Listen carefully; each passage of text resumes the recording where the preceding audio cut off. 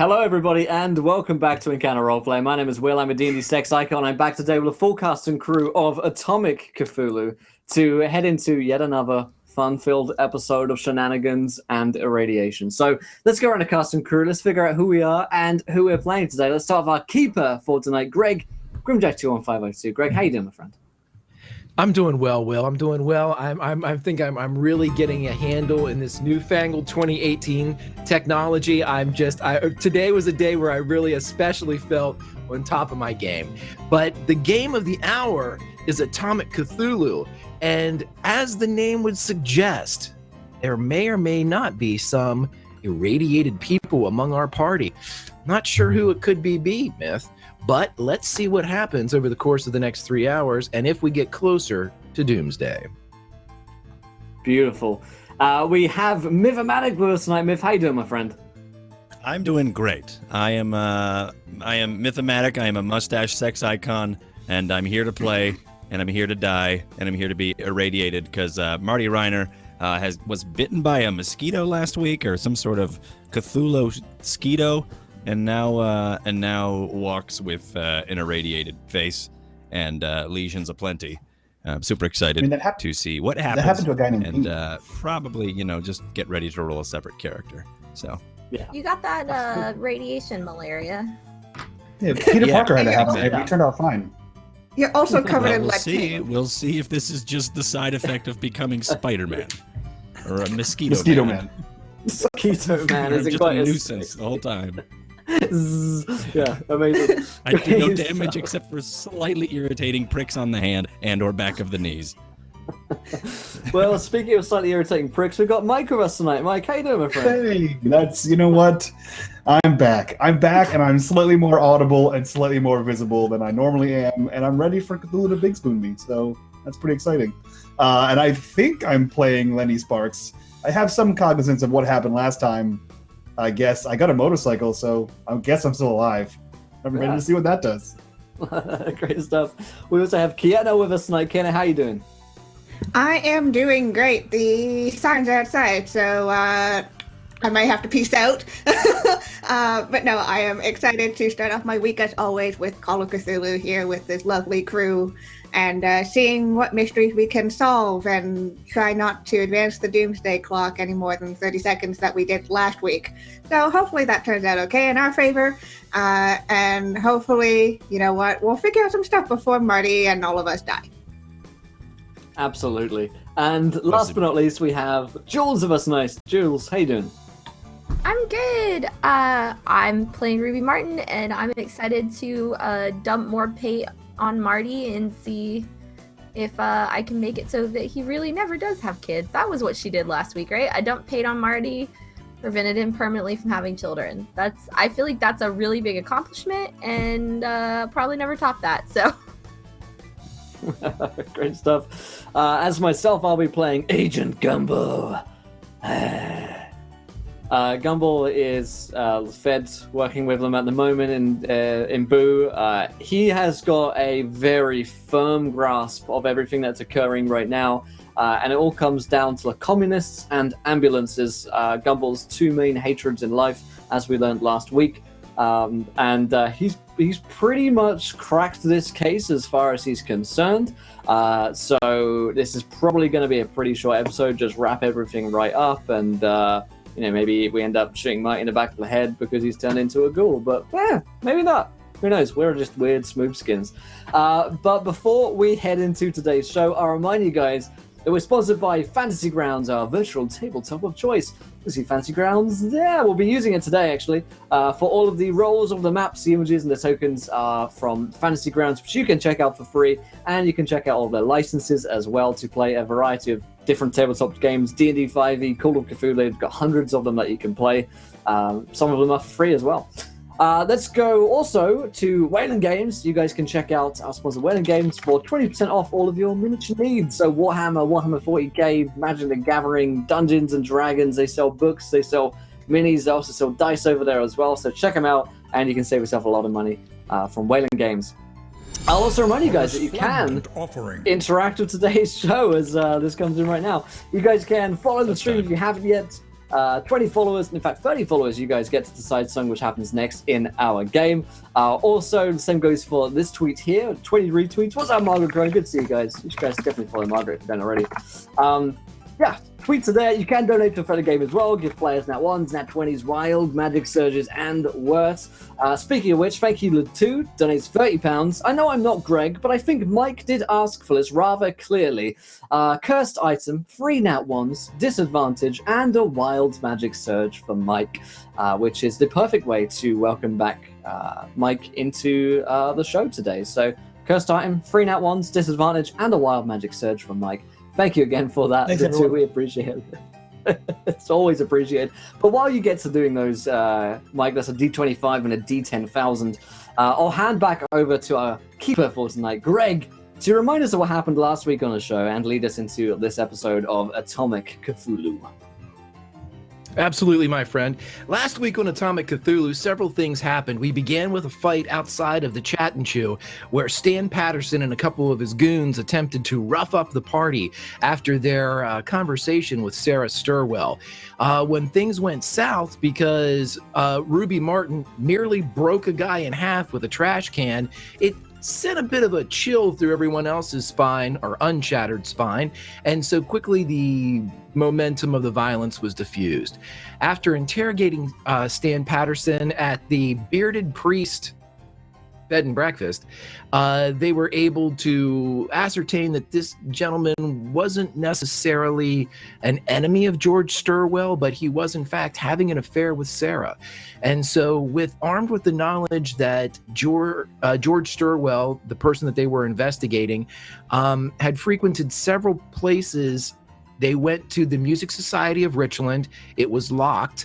They attempted entry, were denied, but they did see a very strange form on top of a building across the street.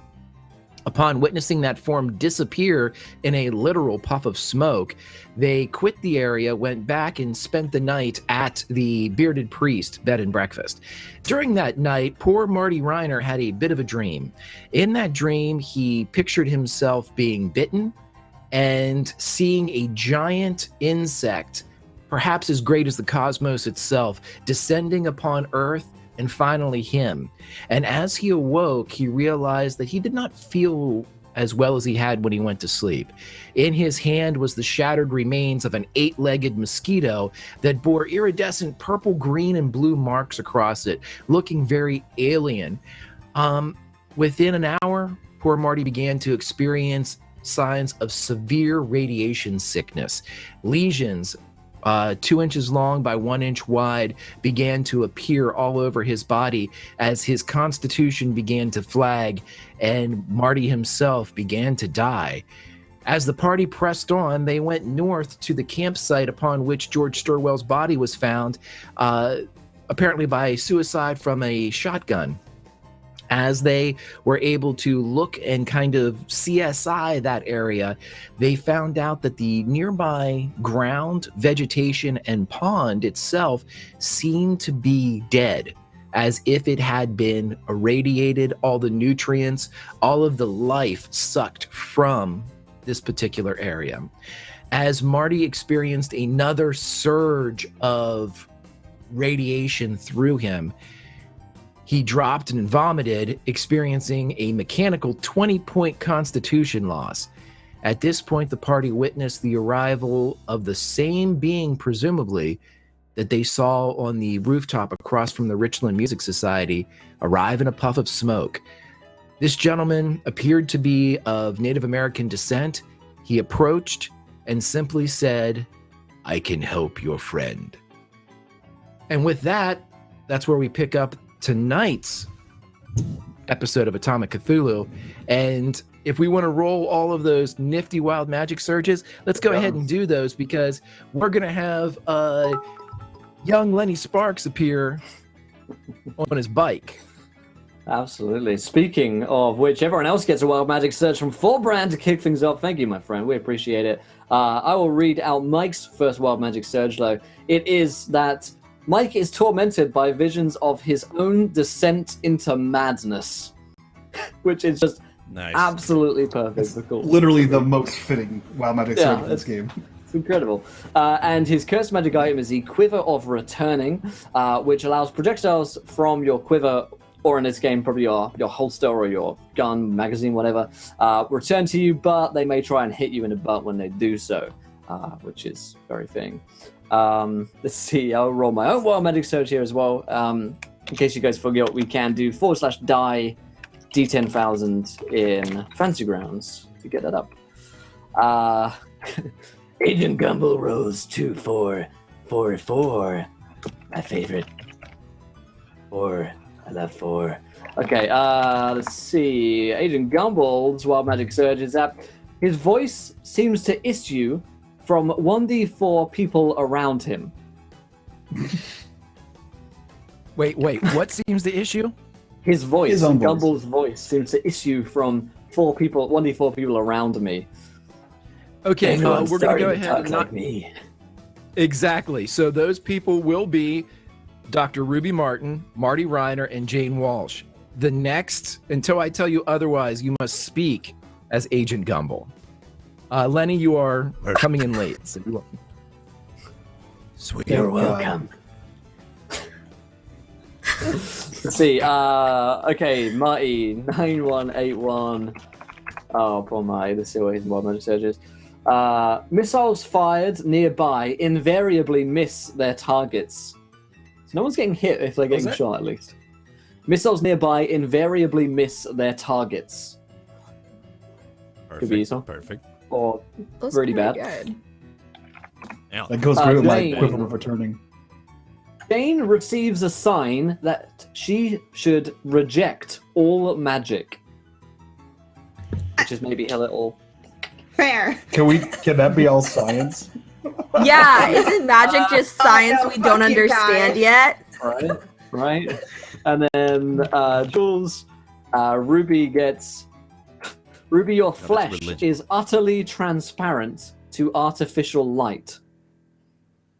Okay. Normal light is fine. That's pretty artificial cool. light, That's looks pretty weird. cool. Yeah. What's transparent? Her My Her flesh. flesh. in artificial So you light. can see all the all the working, all the... All the ins and outs. Gross. Okay. Well, hold on. Like, if I put makeup on, then it's just like...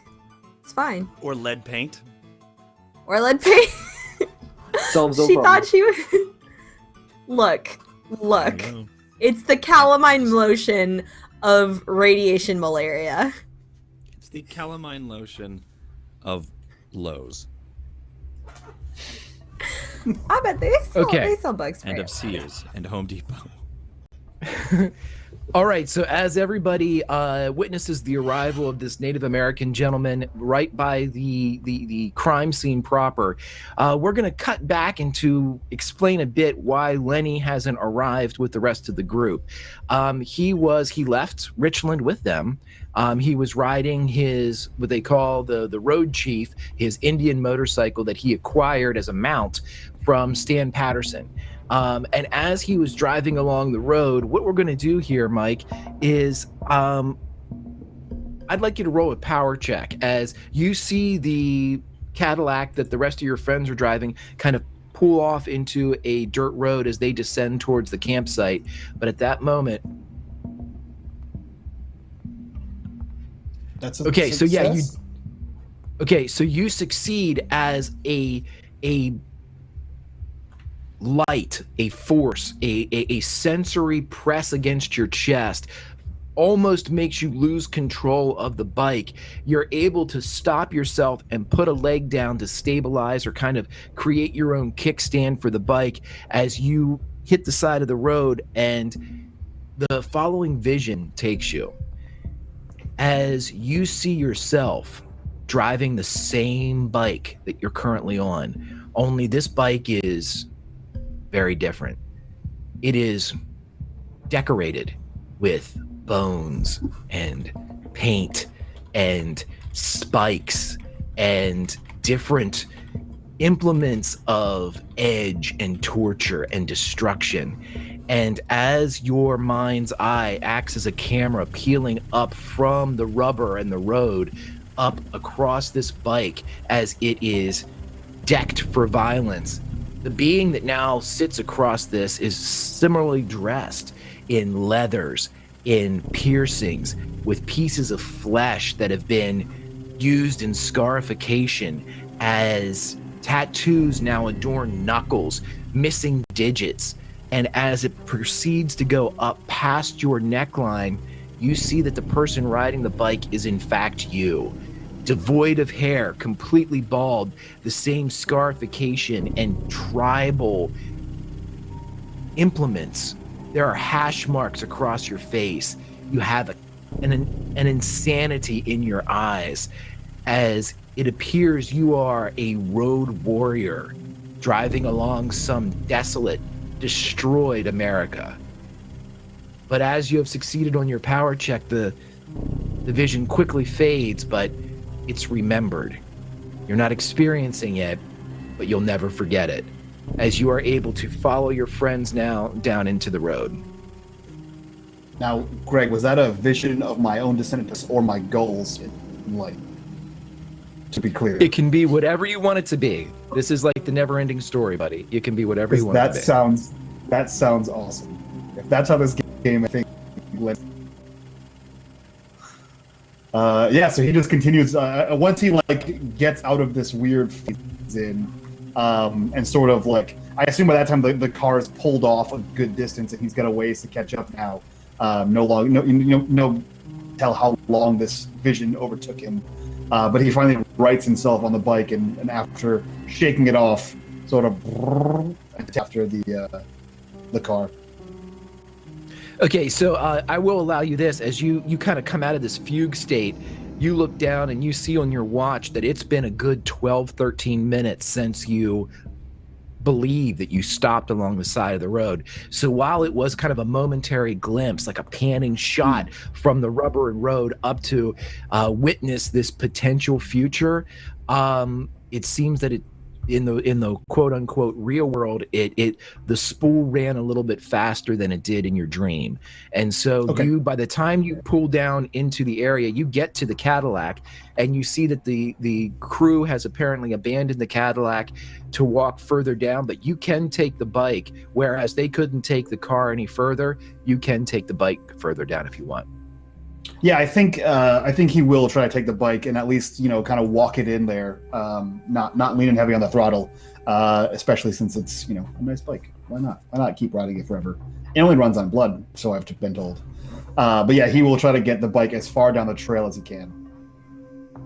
Okay, yeah, so you're able to get it all the way down as these road chiefs are massive, massive bikes, and the weight itself is almost lending a two-wheel drive nature to it. So you're able to kind of go down and dirt bike it a bit. And as you get down to this irradiated patch of ground, you witness the arrival of this Native American man who looks up as the sound of this road hog comes in, with this reverberation that kind of shakes the teeth as you pull in and presumably cut the engine. You see that Marty is, I believe, on his knees, a pool of growing vomit around him as he is in a bad way. The gentleman walks forward and he identifies himself as Pakyutut and says, "I can help your friend." Oh my God, you can help my friends. Hey, Sparks, welcome back. Marty Reiner's in a pretty bad way right now, and he needs some help. So, Mr. What did you say your name was? I wasn't listening to you.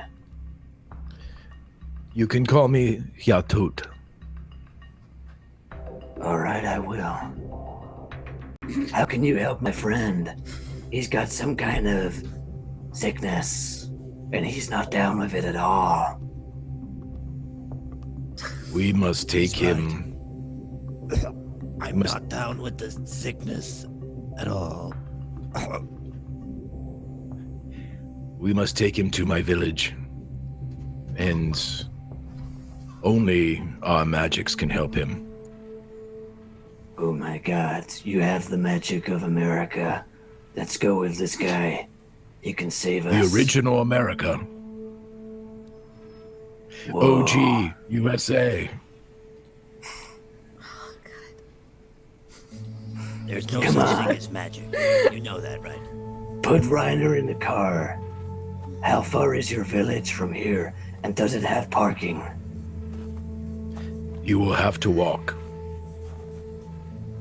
Okay. Then, Reiner, you don't look like you're fit to walk, so I would say that you could come on me. But I don't want you to come on me because you're irradiated. So, if you could keep walking for a while to Yapantuk's village, that would be great.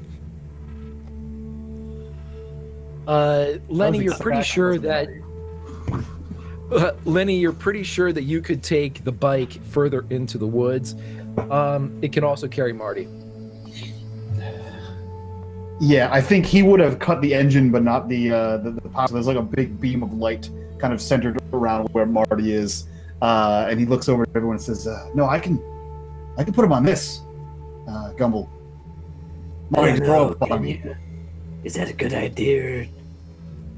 Yapantuk? Oh, Yatut. I mean, he doesn't look like he can walk really far. He doesn't, does he? I can't. There Yeah. isn't a trail that I can go down that won't lead me to my death. Unless Wow. I'm carried. I like the way you talk, Reiner. I like the cut of your jib. I thought So, I'd get serious. This is my last Get on. moments, I feel. get on that goddamn bike. Wherever it's from, certainly not American, but for now it'll do.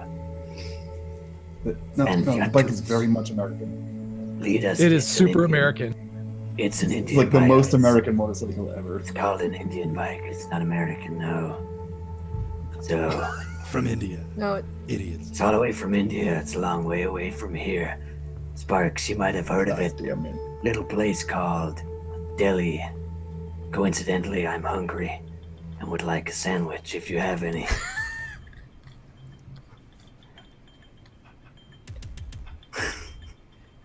Your friend does not have long. I'm gonna need assistance onto the bike. All right, Please. you, Sparks, give him the assist. Get him onto the LZ. Get Evac me on the him outta payload. here. I'll be at your 6. That's right. Take the package. Watch his 6.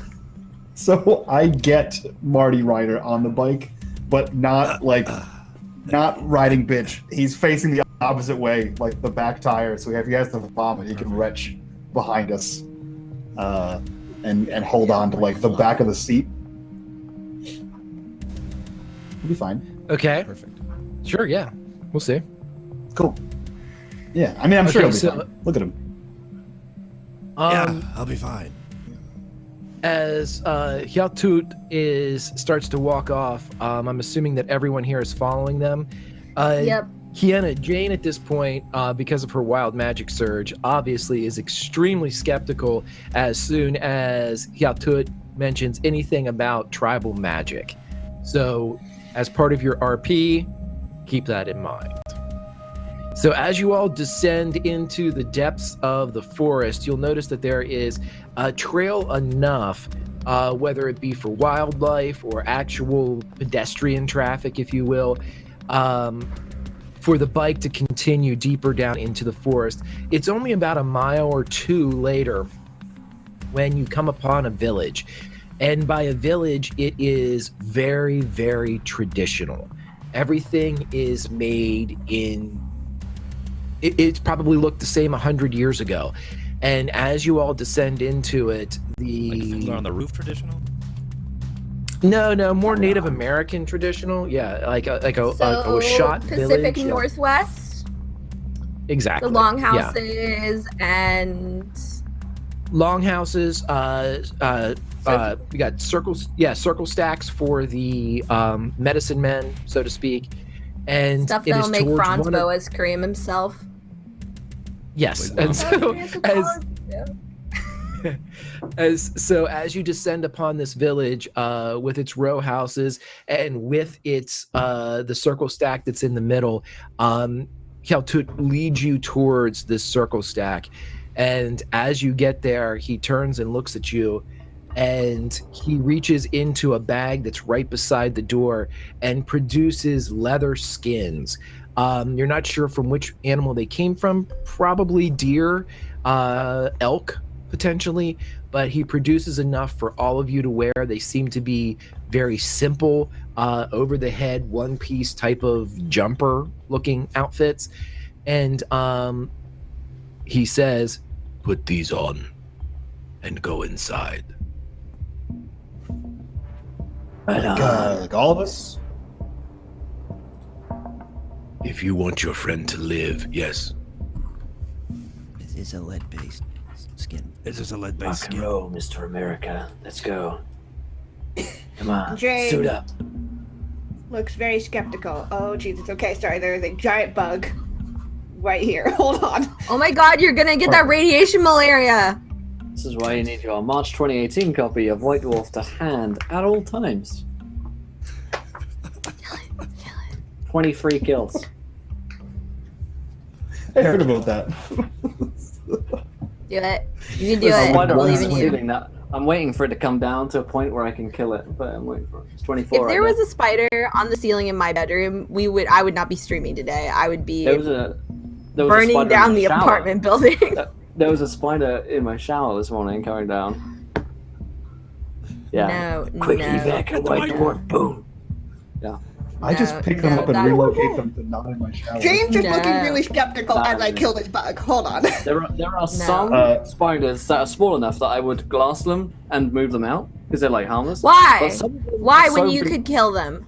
Some of them are so big that they need to die, and it's just you're doing the world a favor by removing it from existence. So this big motherfucker like the size of my hand the other day, like the wolf spiders, the hairy ones. Oh no, Nah, no. bro. Spider- They die. That's No, like yeah, the like- one thing I'm super glad to leave behind in America. The wolf spiders are the ones where you go to smash them and they get blink. into a fighting stance. Like, yeah, they're They're like- they're ready. They're like, all right, we're Ready. doing this, Oh, you- motherfucker. Let's go. Yeah. Oh, you Like, think the- that's the worst part of a wolf spider? Have The you ever one that have smashed a babies on female- them? A female wolf bro. spider? You Yeah, hit them and they I have did a it cage of on my babies. leg. Yes. Yeah. I It did it on my explodes leg. Okay, we have to They- stop. We have to stop. I'm quitting. This is pretty Quitting. big, but Quitting. I can't. I made that Nope. into an encounter. Nope. there are some big enough that they have their own like post address. I'm sure. Like, ugh. Nope. Nope. Nope. Nope. Yep. Nope. Nope. Good. Nope. I'm glad. Nope. I'm Is glad it dead? This went this way. What do you mean it's not dead? It disappeared somewhere, which is Nice. very Oh God! Somewhere in your house. That's the disappearance best. trick on you, rookie. Oh my God! I smacked it. It went somewhere. So if you hear me, Enough. Okay. Here's the wait. Chat, here's the game. If you see the spider somewhere in Kiana's screen, don't say anything, but you have to take a drink. Okay? it's not even a Just spider. It's like a fucking long ass like winged Oh. insect. And I don't know what it Okay, is. so if you see any Even insects better. whatsoever in Kiana's shot, you can't say anything, but you have to take a drink. And just mention in chat that you're having a drink. Yeah. And that won't tip her off at all. How Not much at all. Is it gasoline do Dobson you have fly? on It's a hand? Dobson fly. I'm really glad we just stick to Better script on this show. You know. Because you could just burn everything down. Like, I know you think that's not an option, but as someone who will eventually burn a house down because of a spider, I can tell you right now it is an option. It is a viable option, and no insurance company would blame you. Okay, so as you guys are thinking of spiders for some unknown reason, and Marty is I have devolving every reason into to a think puddles about of it right goo. Right. Marty is the only one among you that wonders why he can't be like that Parker kid and now be able to jump around.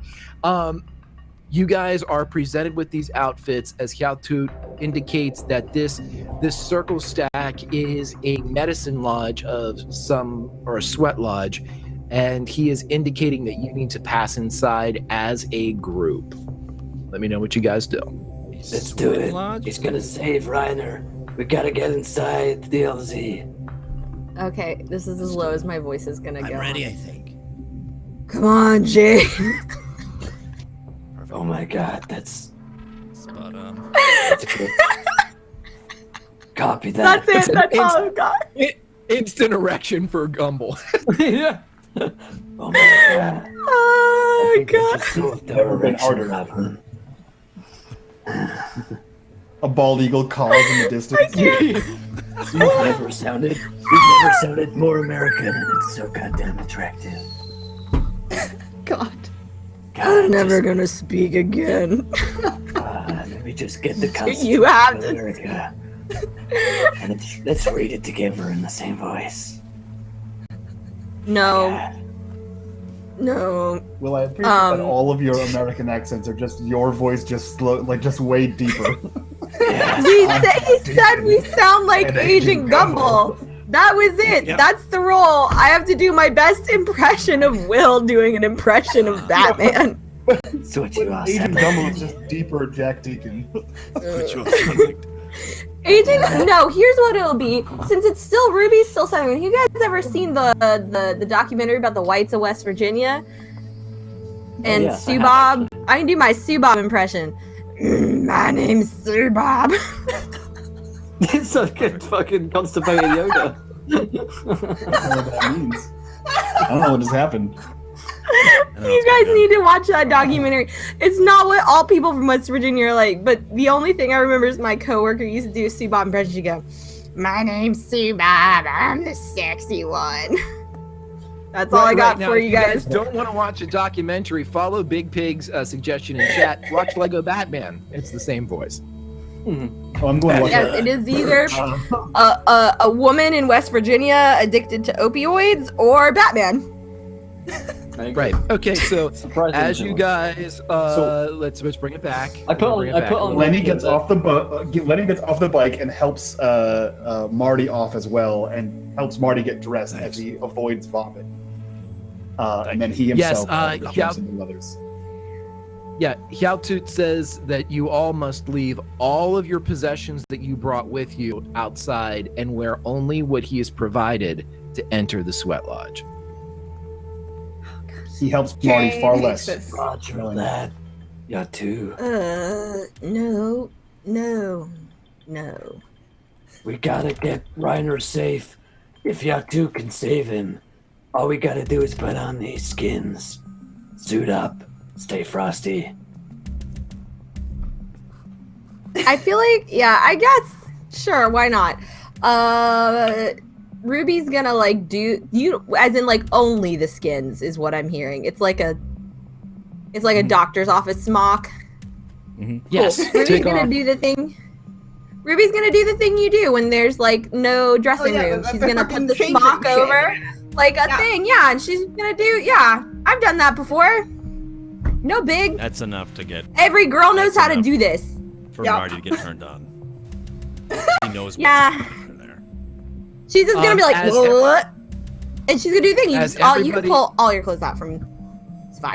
As everybody is dressing in the way that requires them to be as modest as possible, Hiaotut kind of goes over to Marty, and as Marty's kind of pulling this over his head, as he's being assisted by Lenny, Hiaotut walks over and pulls his hand up and blows into Marty's face as a cloud of dust envelops Marty's head. I need you to make a constitution check for me, buddy.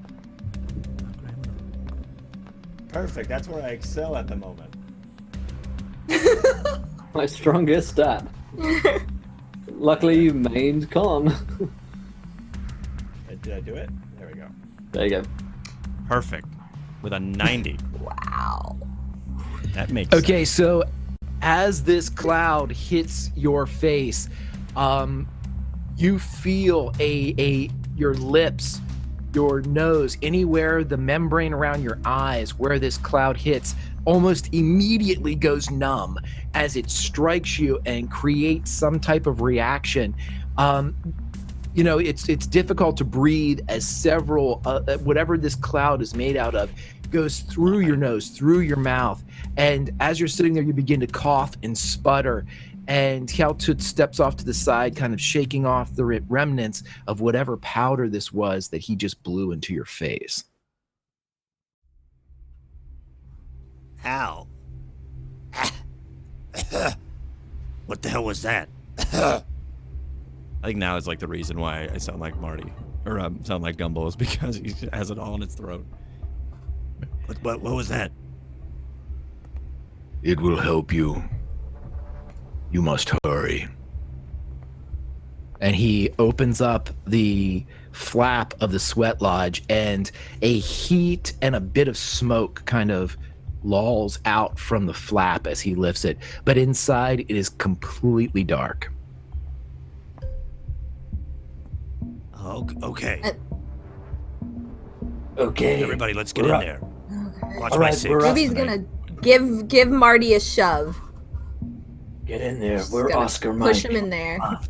I'm already moving in there. It's like pushing me. It's like tackling from behind. It's just very dangerous.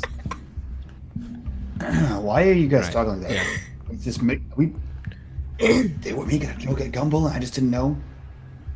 I just got lye blown into my lungs. It Why I'm seemed talking like like the this. thing to do. That happened to me as a child. We don't talk about it. I'm very self-conscious. Now, I bet. I was Sparks. doing a roofing project and asbestos. We're went on. right Yeah, in that's my me. lungs. Yeah, Jane looks super uncomfortable and super skeptical about this whole thing, and she's like, "Oh boy." come on. Do let's it. end I it. did. Yeah, Let's enter this my one throat. I entirely. tried it once off mic, and then my throat right there. No. Fuck Rich this. and clear. Okay, God so damn it. Jane nods. Right. Yeah, she nods. Jane agrees. Yeah. Rich and clear, Walsh. Fucking hates this. Yeah, So Lenny as just you kind of guys shrugs go- and walks in. Okay, so you guys are all decked out in the skins that were provided to you by Haltut, and as you guys walk in, he drops the flap, and outside you can begin to hear chanting of as like a drum beat begins to pound around just the perimeter, you believe, just through the skins of this sweat lodge, and the heat begins to get intense as it is. It is living up to its name. You have sweat pouring off of you as you sit in there. And Marty, you especially, this is where heat affects others to the extreme in this type of environment. It's really hitting you as your constitution is weakened because of your illness. At this point, I'd like you to roll a D6 for me.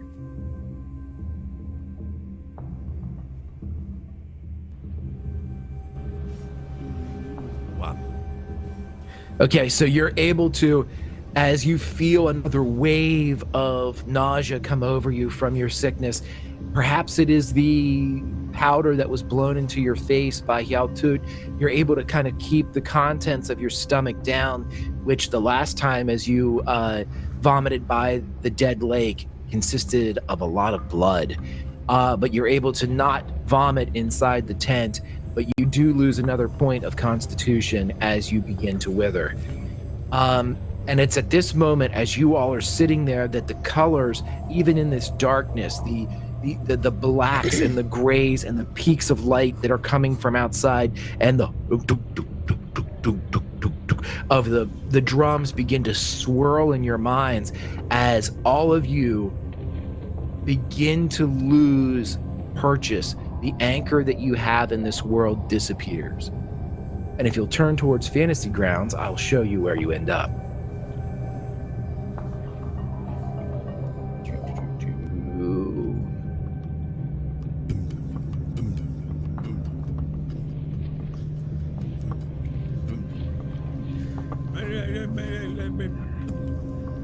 No, let's not do So- that. That's a little racist. Yeah, when I. So, That's what he was just doing. So as you guys you wake up and you realize you're wearing the exact same thing that you wore in the sweat lodge, the same skins. Marty, you still feel terrible, but around you is this very bright wasteland. And as you all look around, you see that there is swirling dust and sand. It is piled and stacked up between blasted buildings, as if a desert has encroached upon a civilized society, and no effects or no precautions from humankind has stayed its advance. And as you all look around, I would like anybody that happens to have physics, you can roll this at this time. Do I have physics?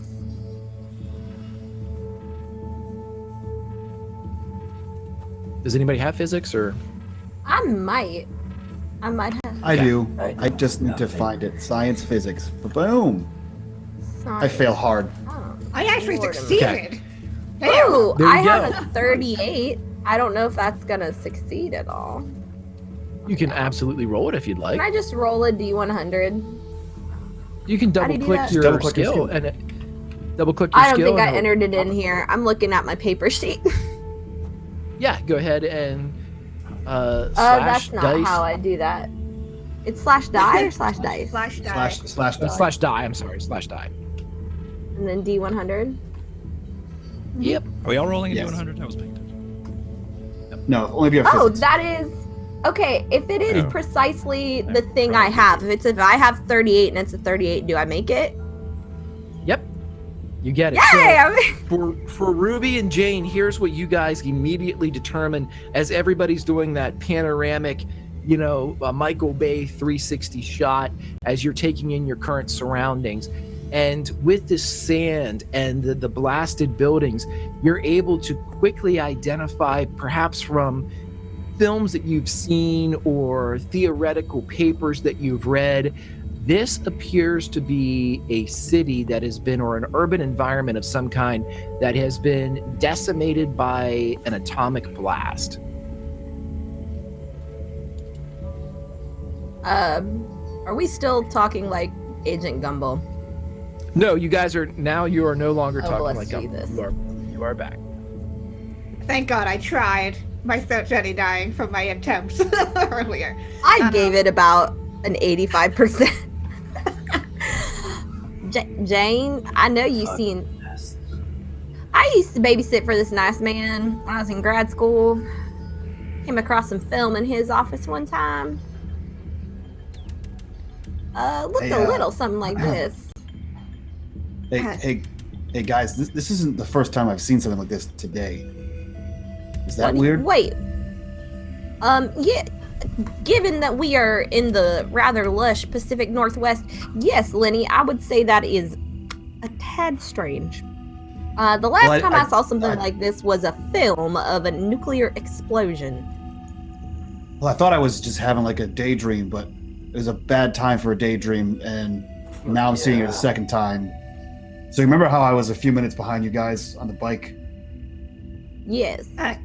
Well, yes, Sure. hard to Well, not know like, that. I pulled over and I had a massive headache, and I saw this bright white light, and everything around me looked just like this, except for the bike was really awesome looking. It had skulls and spikes, bones on it. I had a leather jacket, skulls and Lenny, bones and I'm not spikes your on it. psychiatrist. I don't need to know what your fantasies are. Stick to the lane. I'm just saying the landscape was the same in this weird vision I had. Wait a It's minute. the same here. Maybe this is Russia after we bomb the fuck out of them. I'm going to make a guess that we are still in the U.S. of A. I think the more pressing question that we have is how the fuck did we get here? And because going into that whole what thing, I didn't feel good about that. I didn't know what the guy wanted us wearing these things and like blowing powder into Muddy's. And by the way, Muddy, how are you feeling right now? Poetic when you speak, Jane. It's magical. It's like the winds Wait, how does of love this help Marty? blowing through my heart I- every time you say something. I don't think it helps at all. In fact, what I mean, we're all What the fuck you busy. on about, Reiner? Jane, Sorry. you not done a lot of field work. It is best in this case to go with the flow. That's what I've found in the past. Be This is respectful. America. It might not be your cultural tradition, but it definitely is somebody's, and we are here now, so you must admit that we are in either a very advanced trance state, in which case this is incredibly interesting, or the magic worked. I mean, you can't really fault them. Either way, whatever they set out to achieve, they have achieved it. We are either hallucinating or have been magically transported to a future? post-nuclear. The future? Fuck everything you just said. I didn't like any of that. It's come from a post-nuclear landscape. You can see all the buildings there from the squid marks, and the fact that all the vegetation is gone. This clearly had something to do with the atomic, but how, where? I don't remember reading about any particular experimentations that would have taken place in somewhere like this. Like, Wait, how this could be Area 51. I heard about this place. It doesn't exist. It could be. Because I've been there on holiday. There wasn't much there at the time. It's kind of nice, but But it's in just the like when I future- went to NAM. I Oh, you think wanna we hear may the last still time be when on I Area explained? 49. Could be 49 as well. There are a lot of numbers that lead up to 51. We're probably on more like Area 17 if I'm remembering. No, I mean, I don't think we have been transported necessarily through place as much through time. I think the BBC is going to be making a show about it in a couple of decades. Fuck the BBC. I fucking hate them. So, Greg, are we experiencing every single sense of this place other than obviously just the visual? Like, Yeah. As the wind blows and the sand and the dust kicks up, you guys can feel it. You guys can experience it. If you have to cover your mouth whenever a gust of it comes by. Everything smells very stale. You don't catch that vegetation that you had been used to as you had previously been in the forest of Sacagawea National Forest. You don't smell any of that growth, that vegetation, that life. Everything is just very stale and sterile. Can I do Yeah, go ahead. Can I do a spot hidden? Yeah, absolutely. Marty, also at this time, you will hear in the back of your head in the voice of Hiao Tut, find a spirit animal. Sweet. Anybody else hear that? No. No. I'm gonna spend Okay. 7 luck. That takes Marty, me to you may be what? experiencing some form of the audio hallucinations, as well as there's the radiation poisoning and all that fun stuff. How you doing there? I wasn't expecting this in our experimentations on the case study. I'm doing wonderful. How are you? Doing fine. Just trying to get over the fact that we are doing some weird magic things. Magic. Greg, are these blown out buildings and rocks like rubble? Yep.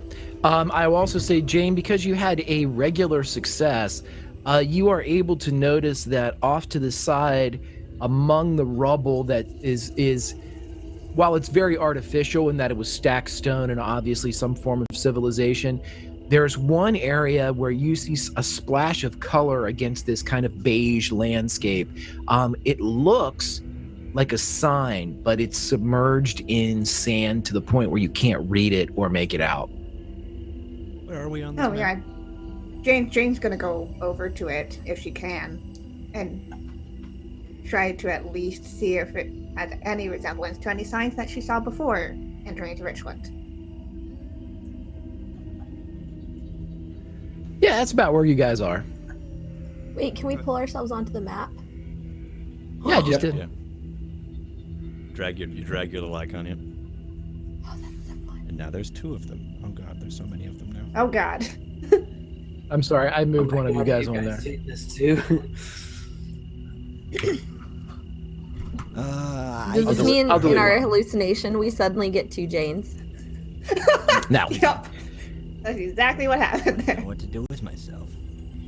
Okay, so as you guys are looking I just around- heard that I have to look for some sort of creature, a spirit animal, and it could be a hallucination, or it could just be my subconscious telling me to keep studying wildlife. But this is something we should look for. Keep your eyes peeled If for it- anything wild. Most of my colleagues would tell you it is your subconscious, and the spirit animal that you do choose will reflect some sort of shared cultural view of ourselves as human beings and how we exist in the world. So Marty, what you do find is going to actually be incredibly interesting. Statistically, when Americans hallucinate, we see wolves. So I would be very interested in seeing what you find. You guys, that actually is true. I stopped listening almost immediately. I see eagles, and I don't care for any of the other things you just said, except America. So, let's see if I can find an eagle. Agent Gumbel, I'm not a psychologist. I'm not trained, but honestly, the fact that you see eagles when you hallucinate sounds perfectly correct to me. Hoorah! I'm Oscar Mike. And Gumbel starts exploring. Okay, so as we'll say that since Gumbel and Jane are towards the same area, Jane has gone over where she saw the sign. You do see that, in fact, it is some form of kind of a sheet metal printed sign. You will have to dust off some of the sand or try to pull it out if you would like to reveal it. It would require just a regular strength check to kind of get into it. Oh boy, she's not strong at all. Can we help her? Can we do it together? Yeah, you guys can all help, and we'll say that together you're all able to pull it out as you reveal this kind of sheet metal long rectangular sign. And as it comes out and the beige sand and soil drops away, it reveals a sign that says "Chat and Chew." Well, shit. Ah, well, There's another Chat and Chew. Seems to be a chain, yes. Well, that's possibly one hypothesis. The other is that we are, in fact, in some future.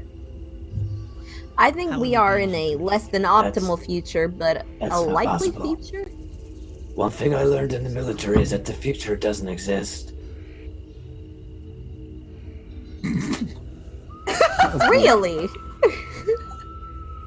I mean, he's not wrong. So I think since Marty's all fucked up, I think Lenny kind of has an arm over his, and he's helping Marty along. And while everyone's talking about the possible futures and chat and choose, Lenny's just kind of talking to Marty, being like, "Hey, so, like, what's your favorite kind of animal? Like, think about that one. Maybe we could find that one." Favorite animal. Roll a power check for me, Marty. Marty, is there an animal that you are not allergic to? Okay, that narrows it down. Perhaps a hyperallergenic lizard? I mean, like, I don't think I've ever heard of anyone being allergic to reptiles. A lizard. I think you are.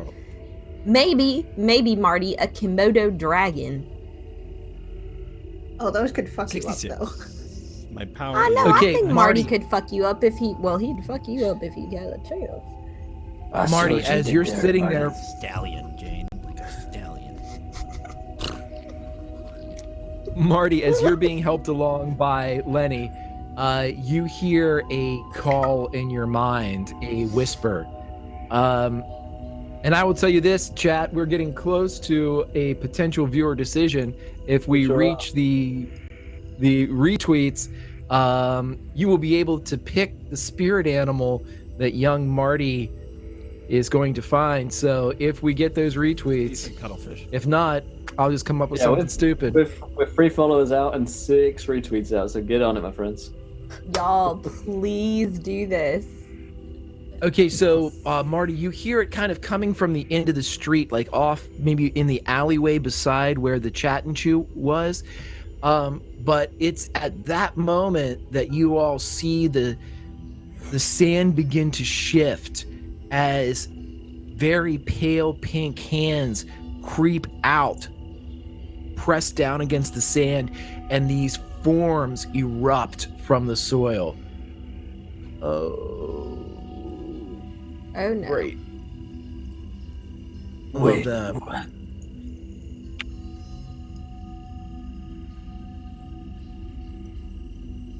There we go. All righty. So as you all look around, you see these creatures pull up out of the ground. And I think I have a little thing to push to you all too to see exactly what you're looking at. I'm not excited for this. No, you will be. Don't worry about it. It's awesome. Nice. Like the music. Yeah. And so as you see these people pull up out of the ground, the skin is like slothing off the side as you see the bloody muscle beneath them. Because of your earlier rolls, Ruby, Jane, you realize immediately that this is potentially the fate of Marty Reiner, as these people seem to be mutated and affected by severe radiation sickness. Mutants, if you will. And so as they begin to press closer towards you, you see them reach down, picking up pieces of wood, lengths of pipe. One of them is holding a carved, what looks like a femur, as they move closer to you. And if we have 20 retweets, as I see in chat, We sure everybody do. with a viewer decision, please let us know, what should Marty's spirit animal be? And with that, you guys should see that you are currently surrounded by several of these creatures. Any weapons that you had before were, of course, left outside of the sweat lodge. Around you arrayed are bones, lengths of pipe, similar implements that you will be able to use with your fighting brawl. But this is, ladies and gentlemen, Atomic Cthulhu participants, a fight that may spell the end for some of you. Let's get to it. And what we're going to do too is, because I I thought like they were the being a initiative little bit order- too nice to the white people. because I like the way that initiative is handled in variant initiative for Cthulhu, I will start by saying this. Jane, you were the first one to notice a couple of these things that were going on. I will allow you to start, and when your action is over, you may give your action to another person or an enemy until, of course, we've cycled through everything. Great. So you cool. are first. All right. Jane is immediately picking up whatever closest thing she got to a weapon. She did not want to be close to any of these guys when she needs to hit them. So anything long that she can pick up and swing at something. Okay, it looks like as you're looking around, you see what looks like a length of metal rod. As soon as you pick it up, you realize it was probably an old umbrella. And scribbled into the handle of the umbrella, it says D Biscuits. Yeah, Dixie. Okay. Yeah, she grabbed it and she's like, guys, we may have some problems here. She's just gonna look at whoever's closest to her. And she's going to try to swing at it. Actually, the one closest to whoever this is. All right. Okay, That one. let me see. I should be I able gotta to. find my character sheet. Let me click on you. There you go. So yeah, you can roll, and you are currently tagged up with the. Nope, that's a fail. Okay, so as you swing, it drops to the ground, and this creature, while shambling in most of its movements, is able to move away a bit. And as it kind of clips it, but doesn't cause any damage, as it pulls out a length of rod that is produced from somewhere and begins to approach you. Who would you like to hand the initiative off to? Gumball. Hi. Please hit these. Tag me in. Hoorah. I'm gonna grab up what you said, like a lead pipe or something. Yeah, you got There are like rocks? pipes, wood, yeah. Yeah, there's Yeah. rocks there. They're all gonna. Which one Some would you into go on the same ashes. one? Skull, yeah, the one that's on Walsh. Don't worry, Walsh, I've got your 6. First attack is a 58 success. Okay, Oh. roll a d10 for me. Oh shit. Okay, let me roll a d10. 1. Okay. Perfect. So you're able. This same one seems to be a bit elusive as you come in with a rock and you clip the side of it, and as you clip its shoulder, it succeeds in dragging, almost as if you're running your nails down wet paint. The rock drags through skin and muscle as it just kind of collects along the edge of the rock, just peeling up. Do I get my damage bonus on top of that, or is it just that? Yeah. Do you have a damage bonus? It should be a 1d3. D3, yeah. Yeah, go right I think ahead. if You have a D3. If I just double click this, yeah, roll 2d6 and damage bonus. I don't know why I did that. I'll just roll D3. That'll be easier. There we go. 3. Okay, so yeah, you did a total of four And damage then to this creature. And we'll say that what you did was when you how high is your fighting brawl? 66. Yes, sir, you get a second one. Beautiful. Yeah, I'm gonna come down with a stone on his head. On the first one, then the second one is D10 plus D10 D3. plus your D3. Yep. 1 again. So another 3 points of damage. So 7 total. Okay, so as you're able to, at first, we'll say that narratively, the first hit comes, it rips off a huge chunk of meat from the left shoulder, exposing the actual shoulder socket. And with the second one, Gumble kind of spins the rock in his hand, haymakers it almost like a slow softball pitch, and brings it down on the head of this creature, and it breaks through almost effortlessly through the skull, as if the skull itself has been weakened, or it's more like coral with the holes through it, and you break into it and its eyes kind of pop out of its head. I'd like everybody to make sanity checks for me, please, as the first of these creatures drops at your feet. Sanity. That's a success.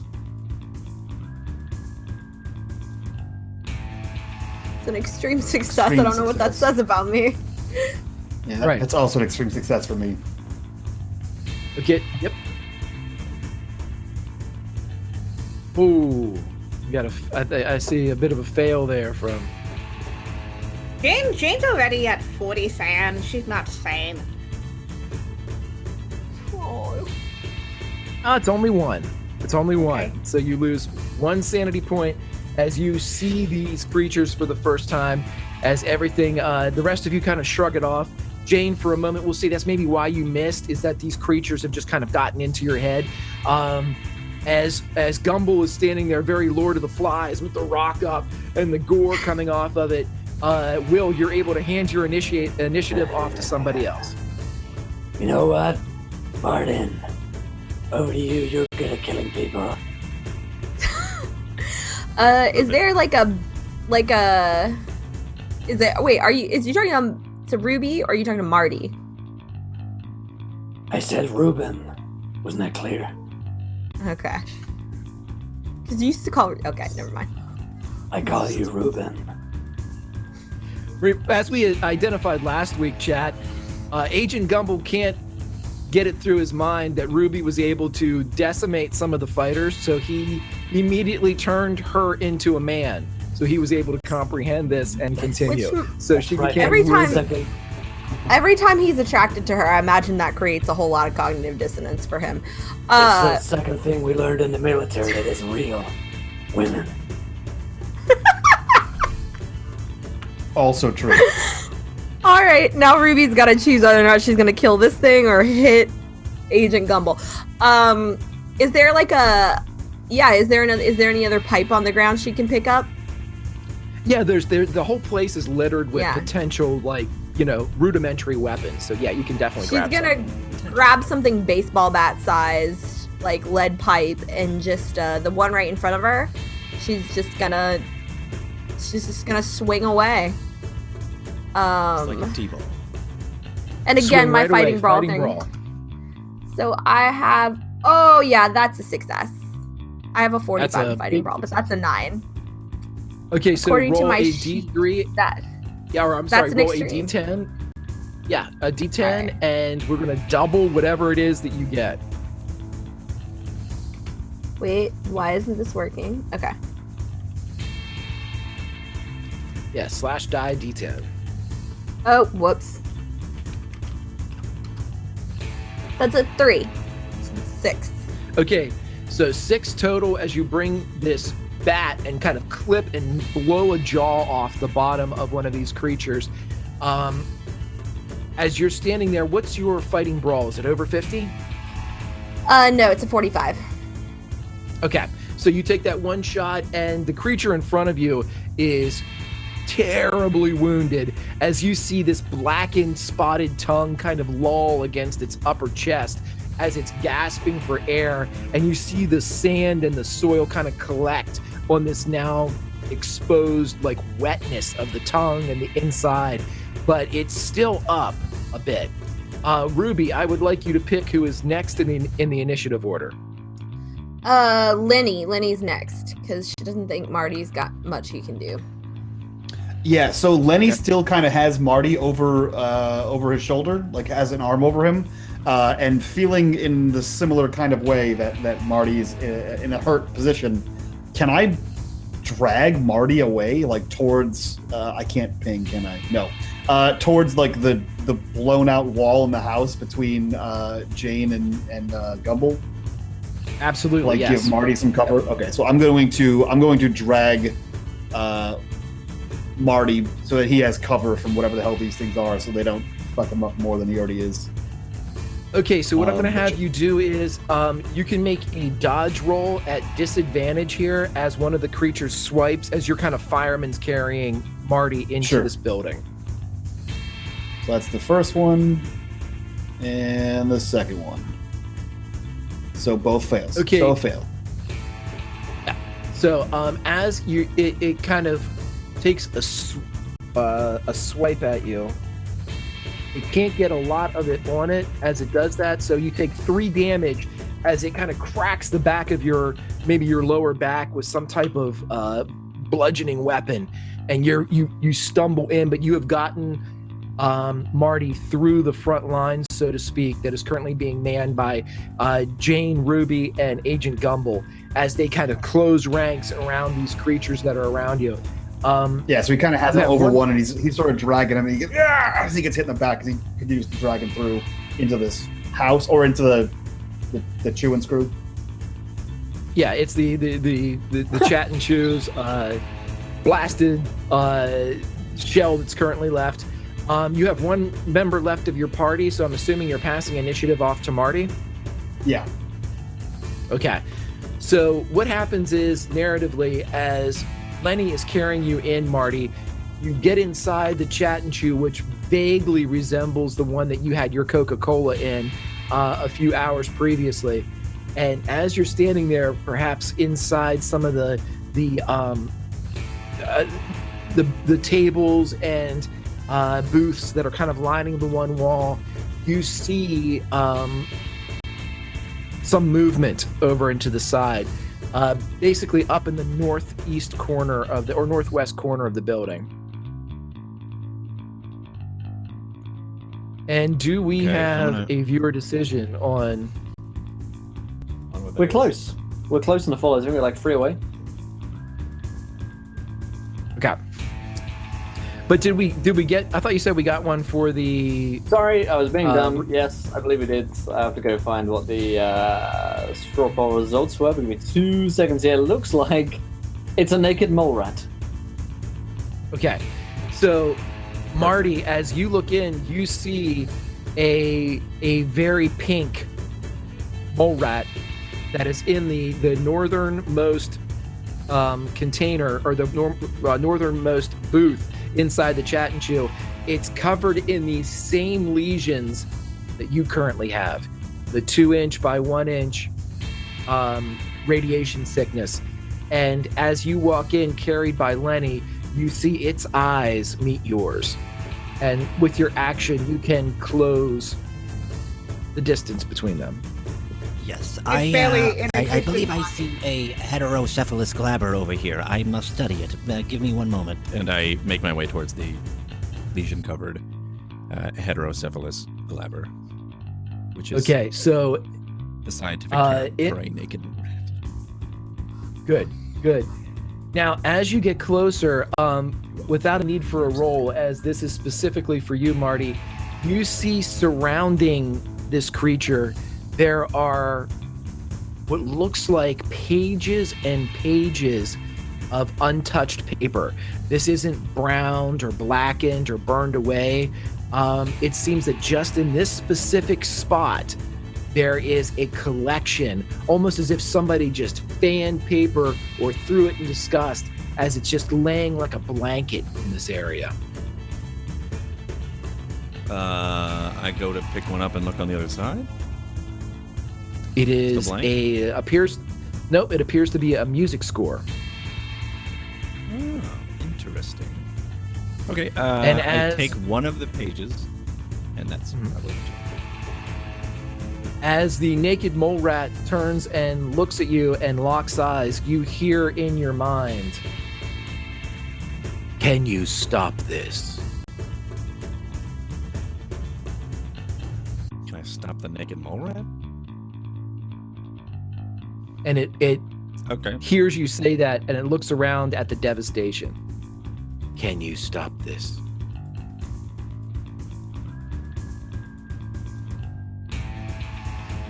I pass my Reiner, turn stop over to the tripping. enemies.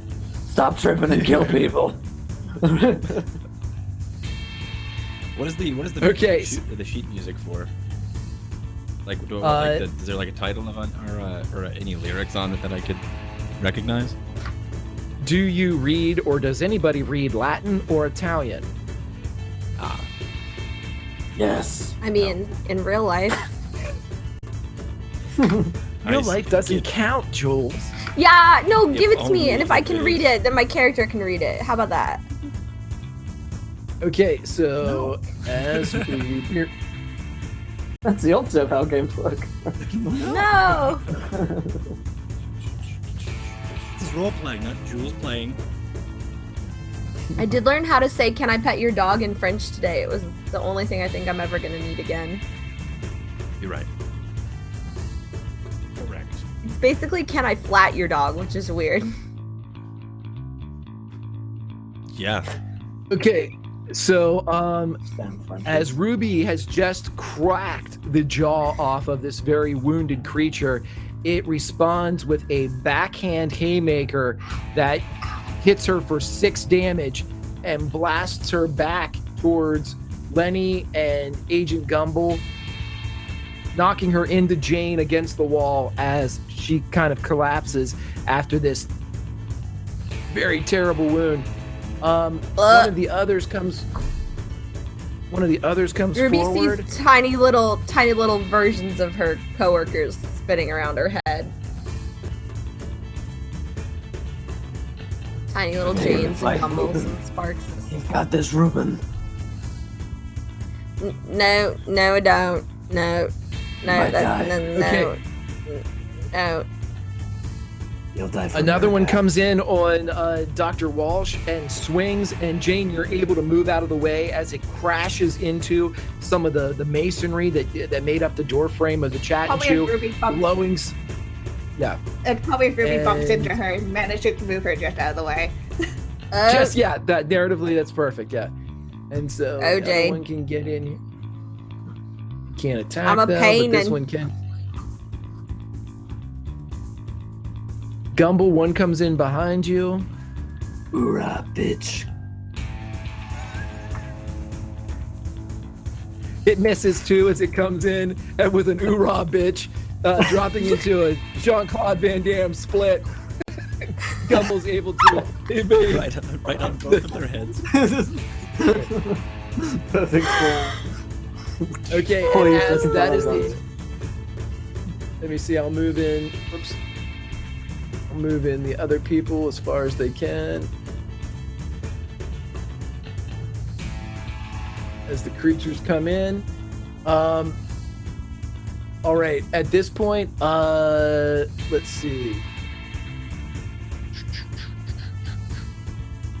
Get over here. I do like how we all tried to represent a Jean-Claude Van Damme split, but only with our upper bodies. We're all like, here I go. Okay. Yeah. So as you all are standing there and they come in, I will hand off initiative back to Dr. Walsh. Cool. How about I spend one of my nat 20s to hit this one that just tried to get me? I have a nat 20. I had a nat 20. It's gone. There you go. You are muted. Did you use your nat 20 rules? I thought you did. I used one last time. Maybe that was it. Maybe I thought I had two, and it's I don't fucking know. Oh well. Yep, with a nat 20, you swing your weapon and you're able to take the head off of this creature as it tears almost like wet construction paper, and the neck muscles kind of stretch and then snap, and the head itself lofts to the side and the body collapses in a puddle of ichor. Who would you like to hand off your initiative to? You can move too if you'd like. Yeah, I think she's good where she is. Hey, Gumbo, wanna go again? Get inside the house. Is it actually a house, or is it like? It's a blasted out area. I mean, it's definitely not secure, but you could kind of funnel them a bit through the front door. That's what he's thinking. So, is the one to my north, the number 4? Is that within range? Yep, absolutely. Okay. Then I will roll my first attack for a success, which is a D10. Oh, maybe 10 points plus my D3. Do I need to roll D3? You do not. As you turn and almost taken by this creature by surprise, Gumble pops out of his JVCD. Claude JCVD split and is able to bring his rock in an uppercut that removes this creature from whatever existence it's currently in. As this one blows up. You have one more attack if you'd like to use it, and you've got 2 in range here, Agent Gumble, as you are fitting in nicely with this hellish apocalypse. Let's do it. Yeah, this is what he's born for. Another hit for 5 plus 3. 8 points. We'll do that on number 8. Yeah. Okay. So as 8 itself, you were able to destroy 8 as you go on an absolute tear as Gumble, protecting both you and America and freedom. This is America. And I'm gonna use the rest of my move to like step back to be in the doorway so that the others can funnel through me. And he has his legs wide so that if you're playing like Stuck in the Mud, like you could go through his legs. So he's gonna stand in the doorway and like funnel through me. What game? Stuck in the mud. Like it's like freeze tag. Yeah. But you're stuck in the mud. You're frozen. You can't do anything, and the only way to unlock people is to go through their legs, and then they can run around. Yeah. I mean, I think it varies. Freeze tag. I don't think we ever called it Stuck in the Mud. No. Played Spider. That's kind of like in that. New England because it's the newest of England. That's right. Yeah. There we go. Awesome. Okay, so as who would you like to hand your initiative off to, Gumble? I don't like handing things off to anyone, but in this case, Ruben, once again, funnel through me. Why did you have to make that sound dirty? Why? I didn't. It is dirty. The ground is dirty. Okay.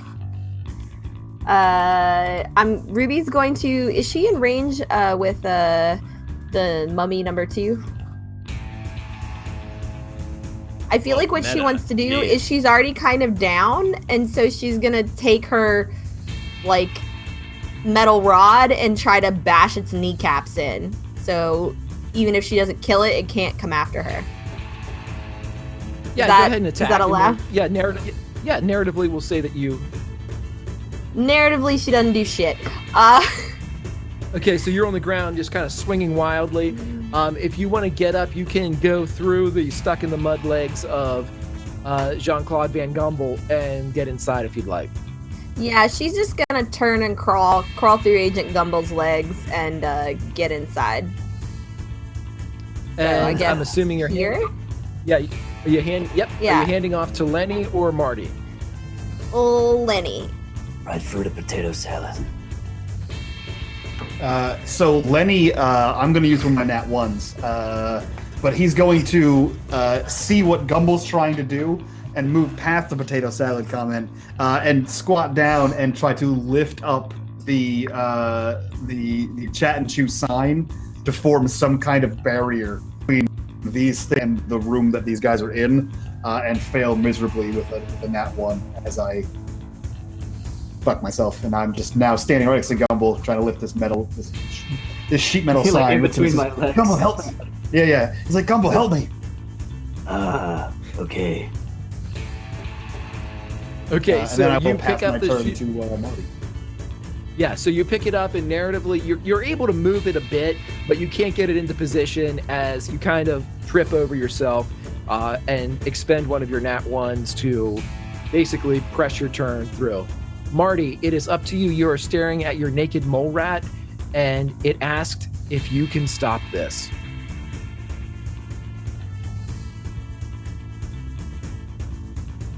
I'm still stumped. No, probably not. I probably can't. Let's be real. I'm not very physically strong. I probably won't be able to do it. I'm just getting weaker and weaker. Naked mole rat. It's been rough. I'm getting worse.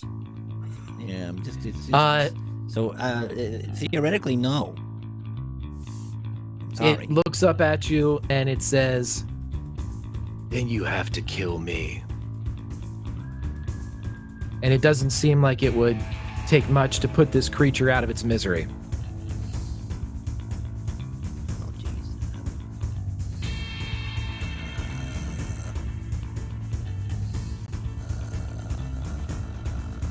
Okay. And then I just football punt this thing into the wall. Okay, so make a fighting brawl at advantage as you.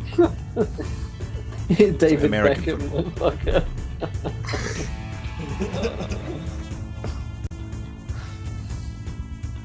With a 35. Oh, It's a God. fail. You just spend 10 luck with it. Yeah, I'm gonna you can spend 10 luck, I'm but gonna dice it. you do have advantage though. So go ahead and make another roll and see if you can spend less luck to do it. Because nope, it's gonna be Spend 10. okay. So with the 10 luck expenditure, you do your best punting of this naked mole rat, and its head cracks up to the side, and there's an audible snap as whatever spine it has left gives. And you see a rise of white energy come out of its chest as it leaches up towards you and drinks into your own chest. And as it does, as you're looking at your own hand, you see the lesions on your hand, you see back into your flesh. And with that, all of you wake up back in the sweat lodge. Oh my god. Now, any damage that you have taken in the sweat lodge, you maintain. Anything that happened to you there, sanity-wise, is currently... You die in the sweat lodge, you die in real life. That's right. That's what you're trying to That's say. right. So But I would like you to roll a d6 for me, Marty. Aye, aye, Captain. Yeah. That was fucking fun. I like that. Ruby's just gonna lean over and vomit because I assume she has a concussion now. Can we go back in? No. Back into You get... the Native American Matrix. Yeah, the radiation sickness seems to have left you, Marty, and you get 4 constitution points back. Sweet. You also have the sheet music that you pulled from the area. What am I? Oh, I'm on the wrong. Fuck was that?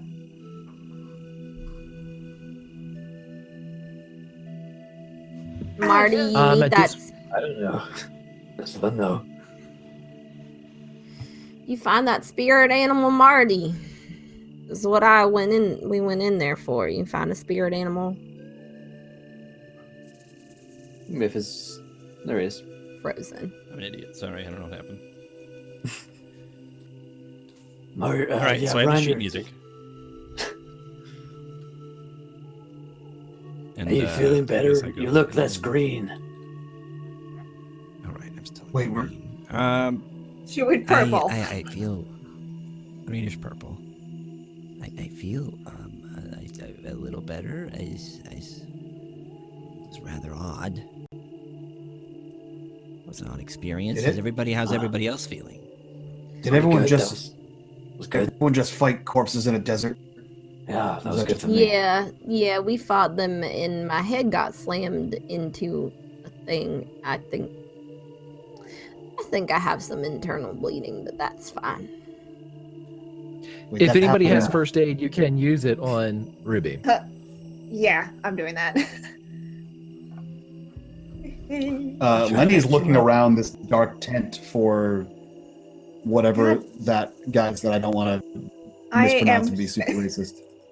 Oh, I am spend spending six one luck. goddamn Oh, luck. Oh, okay. In that case, then I won't. One. Okay, so you spend 1 luck, and with that 1 luck expenditure, Ruby gets 1 hit point back, and she will be able to heal normally now. Thank you, Jane. There's 2 yeah. of you. Is this a leftover from the Sweat Lodge, or do you have a twin that we didn't know about? Do I What? see Yatut? Everybody roll you can roll any type of sensory if you want. Listen or a spot hidden. Yeah, dude. Oh, that's a I'm success. even worse at listening than I am at looking. I see the fuck out of Yatut. Yeah, you do. You don't, Lenny. What you see from your extreme is not only do you not see Hyaltut, you don't hear the drums, and the light that was coming through the outside of the tent is still present, but it seems to be different. And as the light comes in and the lines of it kind of drape across Ruby, you notice that her skin goes completely transparent as the light goes back and forth with the rippling of like the leather skins that make up the circle hut. Or the I circle think stack. Lenny doesn't. I think he realizes that before he really realizes that Ruby looks weird, and go, "Oh shit, the Indian!" And he runs out of the tent.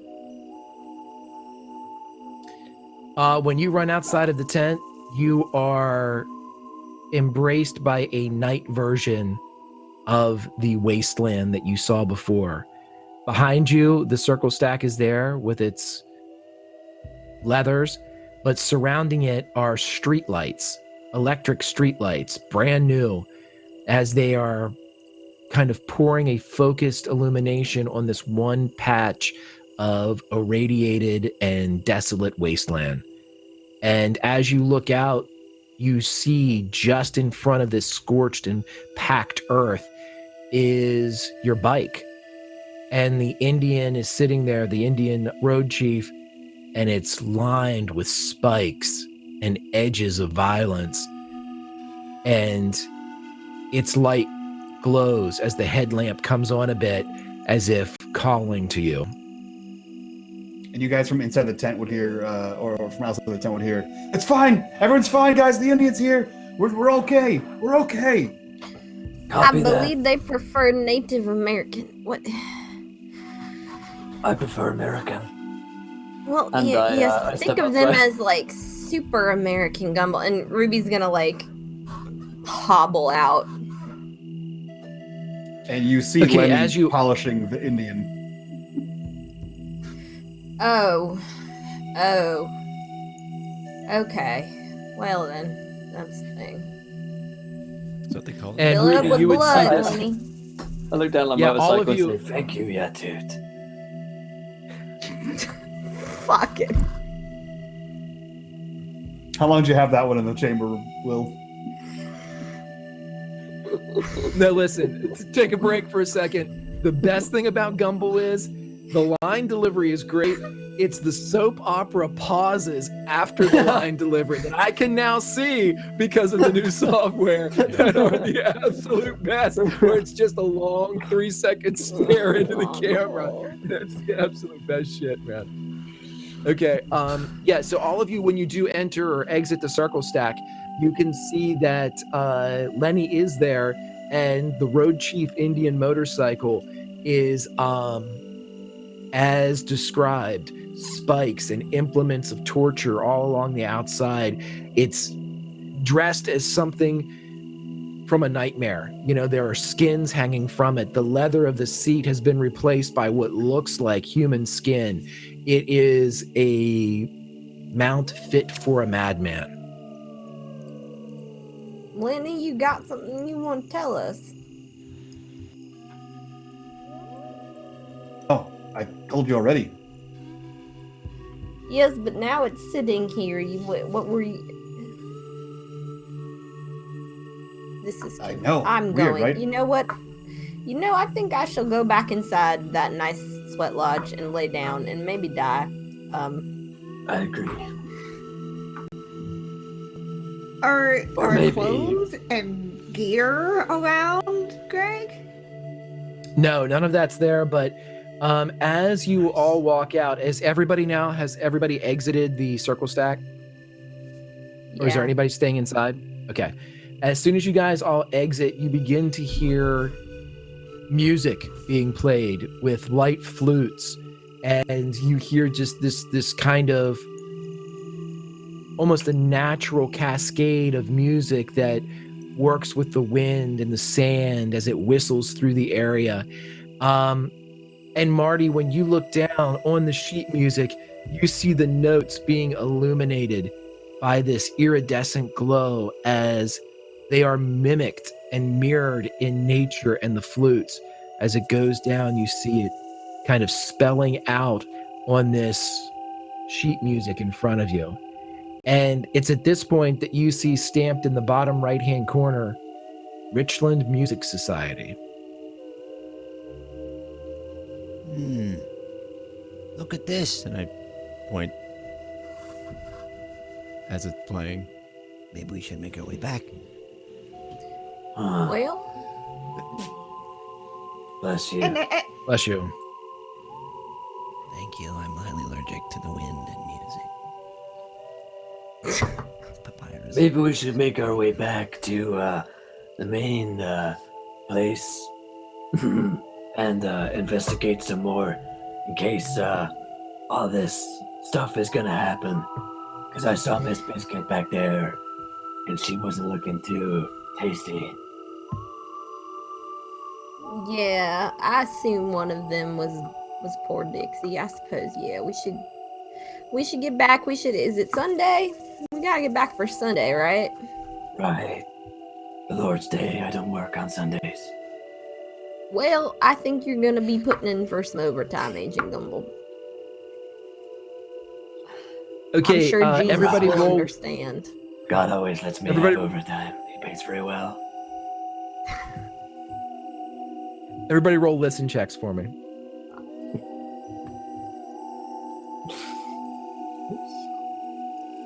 It's actually a success. I cannot believe that. I'm always Okay, alert. I saw. Let's see, fails from everybody except for Ruby and Gumble. Yep. Ruby and Gumble, you both hear a rending in the sky above you. It is a powerful sound that tickles and creeps into your mind, and everything inside of you screams to go back inside the circle stack. The rest of you do not hear any of this. I would like to propose that we go back inside real quick, double check we didn't leave anything. I know, Jane, you carry a lot with you, and let's go inside. I'd like to go inside. Can we go inside? Oh, I'm sorry, Ruby. I must have, I didn't say, but you don't have the ability to tell anybody anything. You have the ability to either stay outside or go inside. That's your choice for both you and Gumble. Do you stay out? Can we touch or do other you go people? in? Can I You grab can stay people? out. That would constitute staying outside. Or Fine, you can Ruby's going jump inside. Ruby's going in. I'm getting out of here. Get the heck out of Okay. Dodge.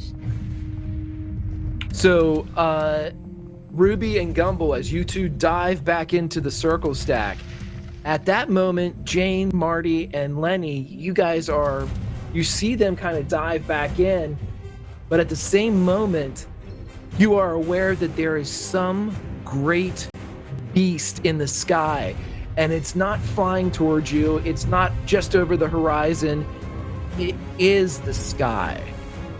And I would like you all to roll a D50 for me, please. Ooh-rah. Ooh. Nah. 50, 20. Wait, everybody? I only want Jane, Marty, and Lenny to roll a D50 for me. Oh, I'm not rolling. Forget that.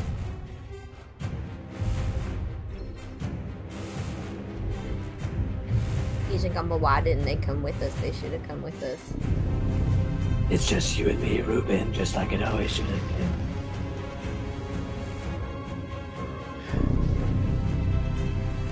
I'm suddenly worried that this is the end of the world and we will have to repopulate the Earth. I will take it upon myself to do so. You know, Agent Gumble, if anybody could succeed at asexual reproduction, I believe it would be you. Okay. Oh, trust me, So it's as- very sexual, my reproduction. So as Lenny, Lenny, Jane, and Marty look to the heavens, Jane, you see this creature, and for whatever reason, you're able to pull yourself away before your mind shatters and you lose one sanity. Lenny and Marty, as you look to the heavens, your minds explode into fragments as you each lose 36 and 40 sanity, respectively.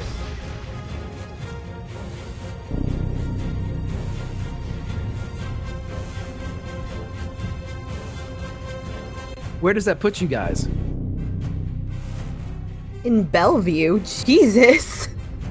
34.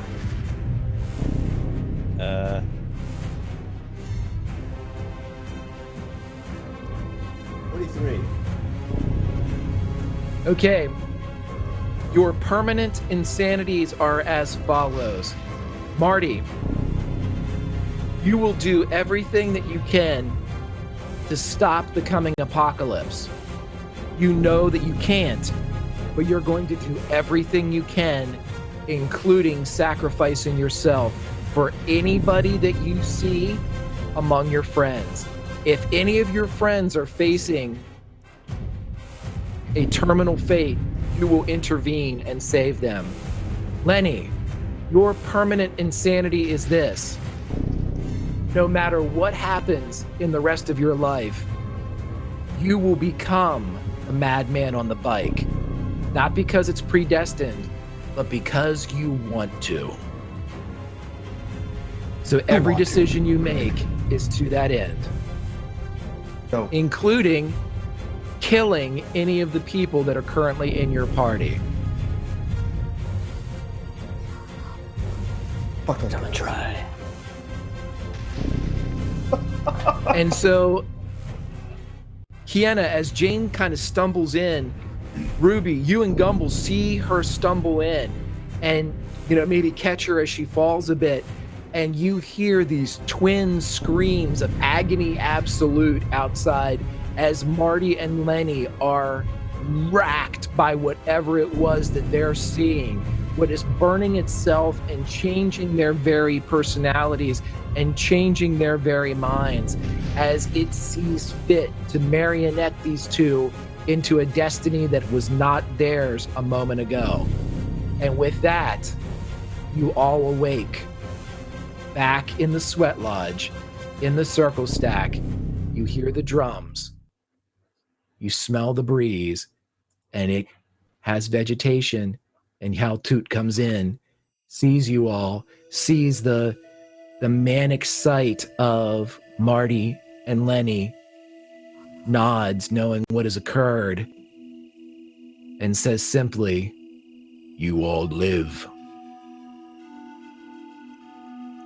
Ooh, fucking raw. Yeah, toot. I'm sorry. What happened there? What? How are I you? don't know. Seemed pretty clear to me. And she turns to Marty to see what's up with him, to see if he's Am I totally still- fine Am I still? in terms yeah, of am I, radiation still irradiated? poisoning. Nope, your lesions are gone. Jane is grabbing his arm and examining. What? How? What? Okay. I need my notebook. Marty, Whatever you you don't got got to that have us do, that man. radiation malaria no more. I bet it was the lead paint. It Works could every have been. time. I don't know. I don't know. I think we have Feel Yatoot better. to thank for this, and for whatever he had us tooting on. Yeah, actually, I would love to talk to you about that, sir. Is he still there? He's still there, right? He's just standing there, yeah. You hear the doom, doom, doom, doom, doom, doom, doom, doom, as the drums continue outside. You ever met a man named Franz Boaz? He ever talked to you about this kind of thing? It's kind of right up his alley. I prefer stuff you find in the dirt, but I got a few sociocultural anthropologists who'd probably be real excited to do an experience like this. No, yes, maybe so. I mean, Like any You- of those you- words you just said. You can't come here to study. You come here no, to learn. I didn't. Yeah, keep no, this? yeah, no. Then I do have Ralph- one question, sir. Can I keep He this? he nods at you that you can keep it, Lenny. Nice. Nice. Yeah, Lenny. That's the thing we just learned about Lenny. We learned some interesting things about Lenny. Can I ask why you decided to help us? Well, help is such a interesting term here, but help, yeah, Marty's all better, and none of us are dead yet, so. You are not tainted from the town. No, Much we are evil not is from there. from the there. town. Rock on, Right. man. So I guess this is one of those overarching, pick your battles kind of thing. I've been watching you. You are attempting to define this place. Perhaps you can. And he nods over at Marty, who's holding still has the sheet music. Make him all And and you know where you must go. Yeah, I guess it is one of those enemy of my enemy type things. I guess if the nuclear bomb goes off, it's not just all the white people that die. So it makes kind of sense. It is not. Yeah, I guess it's a little. We're real sorry about that. I mean, some of us are real sorry about that, sir, but some of us aren't. I'm sure you can. We guess have a who place that where is. we can go. Oh, that's good. Fuck yeah, man. Lead lined, right? Lead lined underground. Or maybe just in that alternate universe you just put us in right there. That's probably a lot safer than whatever we got. Shall we head back to the town, friends? You guys are like America, but really old. I like it. Yeah, they're like America before smallpox blankets and colonialism. I've got some of those if you want them. No. No, thank no, you. No, I keep them with me at all times. You know, Jane has that's very. Especially It's that gotta- in the army. Cleanliness. Did you learn that before or after women don't exist? I don't know. That's the future. Not real. So Yeah, Ruben. dude, we owe you like big time, man. You guys rock. If you need anything, just come to me. I work with the FBI. That's like New School America. And we stop bad guys. So if you got any bad guys around, you need to take them down, yeah, toot. You just give me a little toot. And I'll come running. I was trying to do a pun. I'll come running for you, yeah, toot. Don't worry. It was a valiant attempt. Thanks. You did try. You tried your best. And... No, your Tried. best didn't kill some ghouls today, so.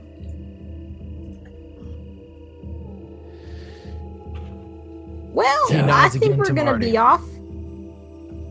Marty? I think we should get back to curing America. I still think we need to go to the Richland Music Society. Marty, tell the nice man thank you for curing you of the malaria radiation. Marty, say thank you. Thank you. We're working on manners, sir. It'll get there eventually. They're both scientists. We're also you know working how on a they very are. important case, and we must get to it. We are heading to the Richland Music Society would be next, yes? Everyone? Yeah, actually, hold on. You did kind of whirl us into a battle and in a sweat lodge, and these are rather nice dresses. Did you know what was his name? Marty? What was his name? The man who died, who killed himself, or maybe didn't kill himself. George Sturwell? Did you know George Storwell? You encounter him at all? Just cover all He our is my bases. I friend. don't want to make too. Yes, you're saying is, not was. That mean he's still alive? Yes. So if he is still alive and there is a body in the morgue in Richland or Atomic City or wherever we are, I don't take notes. Jane takes great notes. Whose body is that? He does not wear that body anymore. Okay. Right on. Okay. Interesting. Just out of curiosity, Well- if I was to wear a body, where do you think I would find one of those? Lenny? He looks I've got some body suits. He looks over at Lenny, and with a moment, Kaltut, he has a bit of sadness cross over his eyes. I believe you will find many bodies to wear. Hoorah. Well, this took a strong left turn. No, we're standing pretty still. No, I haven't moved for a while. I stand perfectly still whenever I'm standing. At all times. Often I won't So even he- move my head. I just move my eyes. Like this.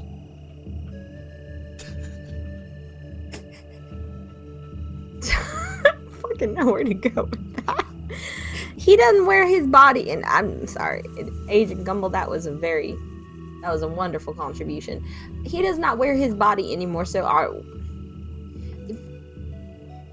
did he choose to break loose from this mortar coil, or was that a choice made for him? It was necessity. There was something in his mind. He had to So- get it out. So he did it. He did commit suicide, right? That's a confirmation, yes. Suicide what by you call police. it. Yes, I will worry about semantics later. What was in his brain exactly? He points over at Marty. Oh, He knows. Marty, you want to tell us? You want to tell us what's in your brain? Share a brain with the man that died, whose name I can never remember. Or George. Sturwell? Or she will. George Sturwell, Mr. That's right. George. What's What's in my in your brain? mind, Reiner? Tell us. Naked mole rat. There was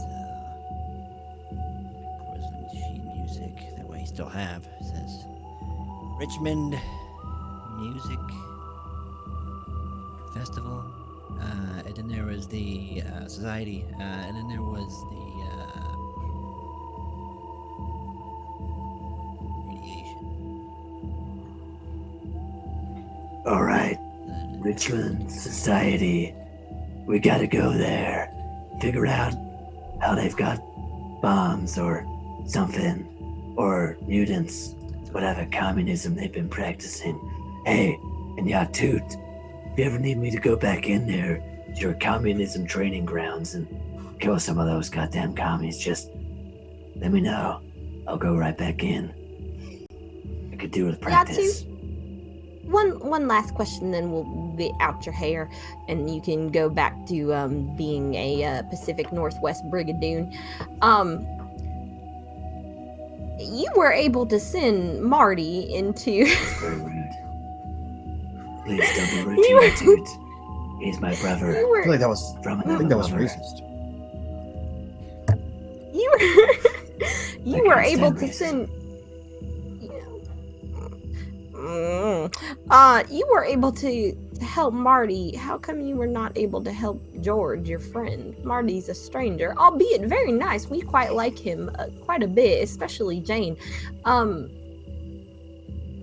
come you could not help him rid whatever monster was in his brain? Yatut has his hands kind of clasped behind him, and he bows as he says the following. Because your friend killed the bug that was trying to get into his head before it got there. And he turns and walks away. Well, You hear that, Jane? I am a warrior. A killer. If need be.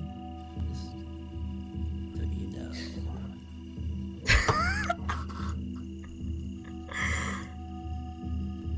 I suppose You we got it head on right, back. you're- Let's head on back. You got the tango. Buddy, And now we Buddy get looks the at Marty. tango. Just gives him a thumbs up. I'm trying my best to tango, yeah. It takes two, Jane. That's right. Walsh, have you ever tangoed before with a real tiger? Or a bug killer? Jane is very busy writing notes that she had managed to sneak past to grab a notebook and is just writing. And she's like, And, what? You Sorry? know what rhymes I with will- tiger? Reiner. I He's feel like I missed actually- part of the conversation before this. Jane, I'll tell you later. Yeah. We'll have a nice talk woman to woman, and you can make a few decisions about your life. Gumball, that doesn't Okay. rhyme. I would not advise that. Very dangerous things can happen when women start talking to each other. So, here we all just That's true. get along to Richmond. That's true. Yeah, let's Look at pile this. in the car. I call shotgun. Gumball, are you driving? You know I am, Ruben. Yes, yeah, that was very sexual, and it did not need to be. Let's go. You're welcome. Marty, you want to ride the Road Warrior? Now that's just I am- taking it too far. I will not allow that in my company. Okay, it's not okay. Solo ride. We have a saying in the army, Sparks. Don't ask. Do not ask. That's not the whole thing. I was also in the army. There's more to it than that. You should know better. Why are we even There's a asking about draft, this? Gumball. There's a draft. That Gumball. sounds like a We're all question, there. goddammit. And I don't like questions, so let's get They're on. un-American. That's the first part of the rule. Don't ask. And also the second part of the rule. So, You know Let's who just asks questions? Communists. that's right. You start asking questions, you start getting answers. And I don't like answers. No. All right, into the car we go. Let's do this. Okay, so you guys are able to Yeah. load back into the Cadillac after you do a little bit of an overland trip. This time much easier on Marty than the previous trip had been on the way to the village. You guys are able to get back, and as you get into the Cadillac, you are are returning to Richland, Washington. At this point, it is in the evening, and the next course of action may either be the Richland Music Society, another point or lead you want to follow up on, or the Bearded Priest Bed and Breakfast. Where would you guys like to go? What time of day is What time is it? By the time you guys get into town, it's later. It's 8:30, 9 o'clock. Just real quick, for my own knowledge, Greg, how did I come by this motorcycle? As you guys kicked the shit out of Stan Patterson and his cronies out back of the Chat and Chew at the beginning of the last episode, a viewer decision from the previous episode had given Lenny a mount. And as Stan was in no condition or inclination to be able to ride the Road Warrior, it was given to Lenny. Okay. So now Lenny's a bully and stole that guy's motorcycle and is a hell on wheels. Perfect. 10 out of 10. Would play his character again. So I'm sorry, it was what time when we get back? 8:39. 8:30 or 9. I'll say 8:39 is a very specific time. So that's like nighttime, right? I don't live in Washington. It's pretty close to like past sunset, right? That's bedtime. Yeah, this is the summertime, so there's still a bit of light out, but it's definitely getting dark. Realizing that, Lenny kind of looks to everyone. He like pulls up next to the car and looks at everyone and says, "Hey, if memory serves, the police chief, something Irish, he said all the people in the music society were science types. I don't think they're going to be performing music right now, right?" No. Well, Is it Saturday? Hey, yeah, what day Let's of the see. week? Yeah, you guys got there Thursday, so this will be Friday night at this point. You've only spent one night in Richland, correct? Yeah, you guys left on a that's right. Thursday? Yeah. Yeah. Yeah, so you spent one night, so this is Friday night. Yeah, okay, so it's a Friday night. We could go back and see if there's any music going on. We could go to the Bearded Priest. We could go to somewhere else, I don't know. It's 9:30, so it's go- not too late. We could see if there's a local bar. We could see who hangs out there. They might not be performing. Yeah. So I'm sorry, that came off wrong. I meant there might not be anyone in the music society, which means it's time to go to the music society and take out. Well, we did that. You weren't here. Yeah, it was pretty locked. Pretty Well, locked. so you make it not locked, like how this Okay. was not my bike and then How do it we- became my how do we do bike. That's true. Okay, now we know to look inside. Last time, we didn't think to do that. We just looked You're outside. not wrong. Thanks, Gumbo. You're welcome. We could look inside. Let's look inside. But not too far inside. You know what I mean? No one knows what you You mean. don't want to get too many answers. Because we can't Okay, so We you, don't ask too many questions here. Just the right number of answers. we're getting the dangerous answer section. Okay, so as you guys pull up in front of the Richland Music Society, you see that it's in a similar state that it was the previous night. The front three double doors, the glass doors appear to be chained from the inside. There is the entrance around back that you remember being, Gumble remembers being exceptionally sturdy. I remember this. Uh, It's exceptionally sturdy. Are there basement level windows on this thing, Greg? Roll a spot hidden for me. Sure, I have that.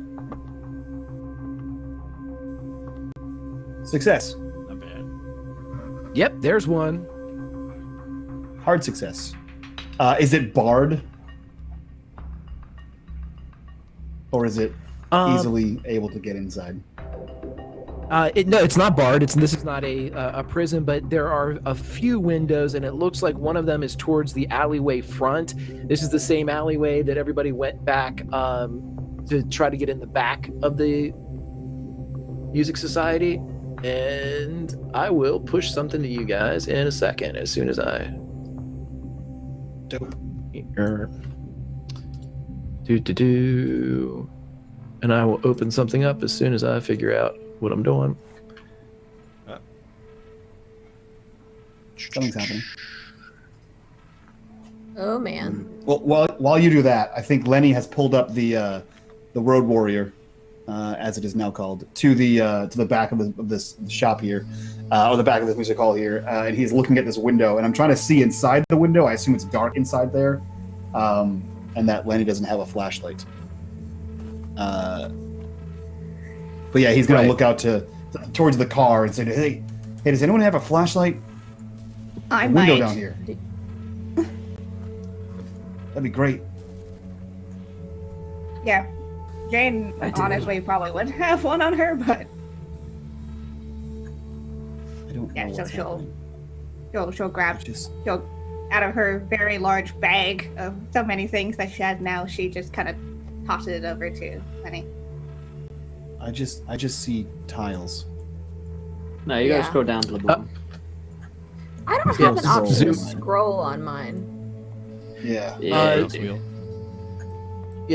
Look at the bottom right-hand corner, and you'll see like a little like gray box.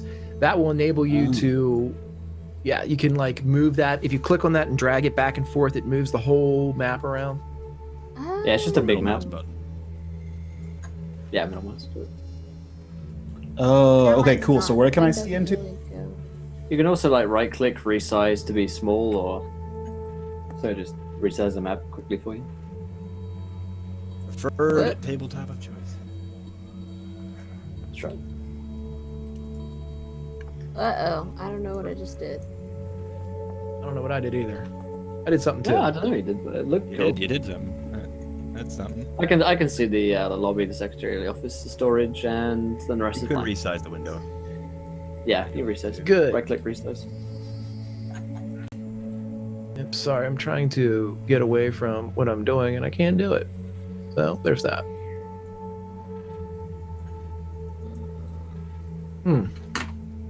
I'm stuck in something. Never mind. Okay, so anyway, there it is.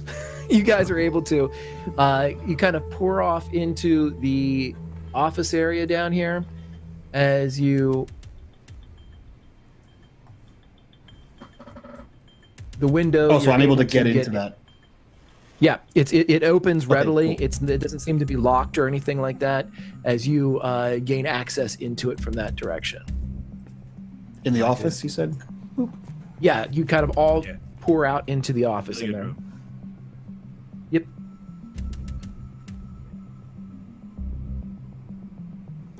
Interesting. The door was closed, but the window Clear. was open. I'm trying to get my character on there and I can't. There's two on your character sheet. Drag the small one. The one on the right-hand side. Or just drag the one on the top left. I just bring the top left and let's see the work. Oh, that too. All right, clear.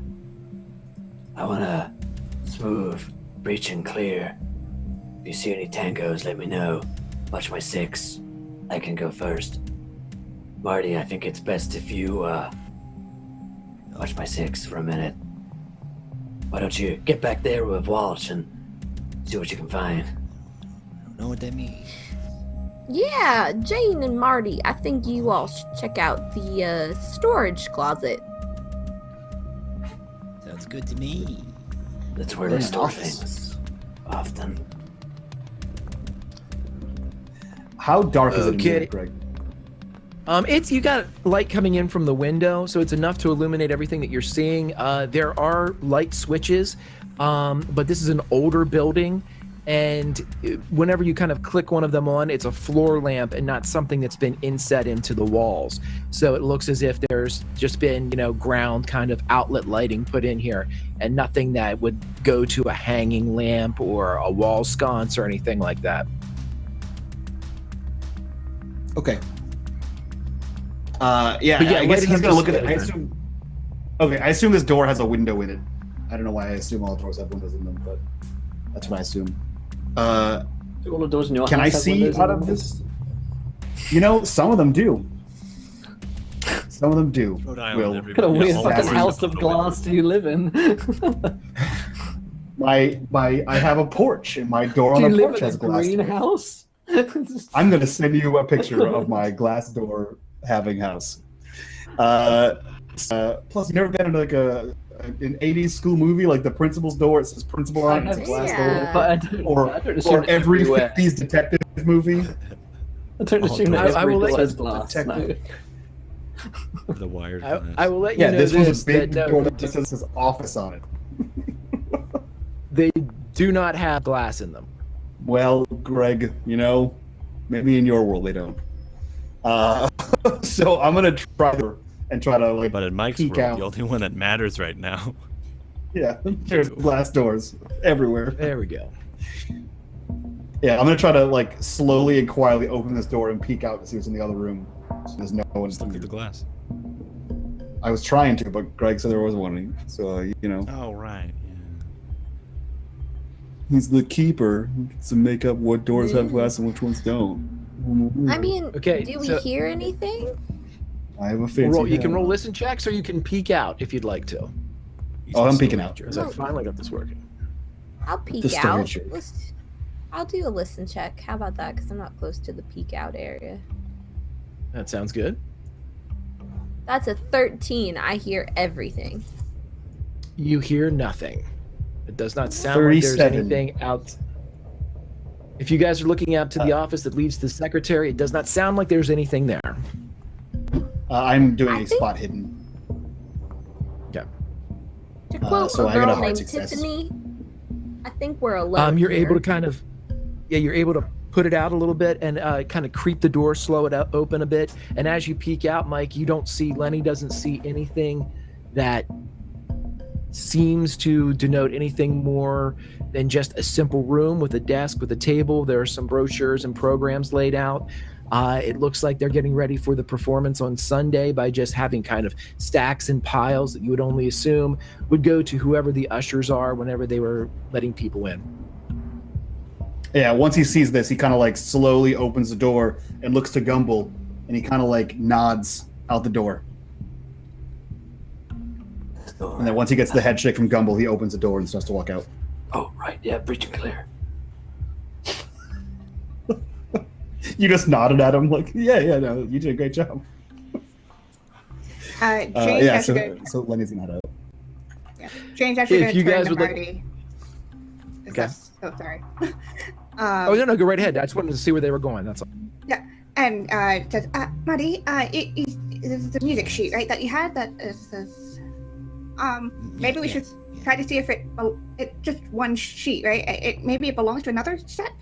Which in that case, we should probably go maybe see where people have been using this piece, or if the rest of it could be. I don't really know music halls that well, where that could be, but now it's just my logical conclusion. Resume the piano or the orchestral pit. Right, so we should probably That's clever. try to find that, either that or wherever the neutrons, the Starwells ensemble used to practice. Yes, Maybe we'll get clues there. sounds magical. Gumbler's got his like shotgun out at this point, by the way. He's like full on sweeping the floor. I feel like yeah, Ruby's gonna walk through the door and just like put a hand on the shotgun and be like, I don't. We are alone now. I do not think we need that. Ruben, last I checked, this was America. So, I don't. You know, you Am I are wrong? actually correct. No, you're not wrong, and That's what I thought. that's But you don't think it would be a damn shame if you accidentally shot one of us? That's all I'm saying. it would. That's why I'm a trained professional. I only shoot the bad guys. Are you a bad guy, Ruben? No, neither bad nor man. So there's that. Well, one of those things is true. I don't. I don't. I'm gonna go over here. Come on, Ruben, Lenny. let's I don't go. know what's happening. Yeah, let's. No. let's go You search. stay. I Whatever know, that please. is. Don't Please, bring it with me. Lenny, don't leave me, please. Don't leave me alone here. There Okay, doesn't seem to be okay. anyone around. I don't wanna. While the three of them are in the secretary's office, what are Jane and Marty doing? Staring into Jane's eyes. Oh God. It doesn't seem to be anyone around. Children behave. I was gonna just say that. After they say we're together. And watch how you play. If Marty's Oh. doing We're waiting. And then Marty clears everything off of the office desk and just sits on it waiting. But he's in the provocative feminine pose. Yeah. Yes. I love the idea that Jane has no clue what's I'm sure going he's like, on. no so idea, she- and no he's just fucking like, idea. That's because Ruby hasn't had the birds and the bees talk with Jane yet. Or there's She another just had it reason with why. Marty. Look what happened to him. Marty, what are you? We're supposed to go investigate. Maybe we should follow the others. Maybe we should. You just hear click as the door locks. it's Ruby. Locks the door. It's takes the Ruby. key. Ruby's like, Maybe we should. Lock them in the OZ. I feel like I'm why doing did them you just, both like, a favor. shove everything off the desk, like, then people are gonna know that we got into here. And she starts picking up all the things off Such a miss. the floor. Gumball Such a comes to the messenger door and is now. like, just Reiner, putting everything back on the desk. secure the package. Marty's gonna grab Gumball by the collar and be like, "No, you're not listening to that. That's for them." Goddamn, I love I'm this fucking music. dying. This music society's got some real good jazz. Guys, I'm about to clear off my own desk right now with this jazz music.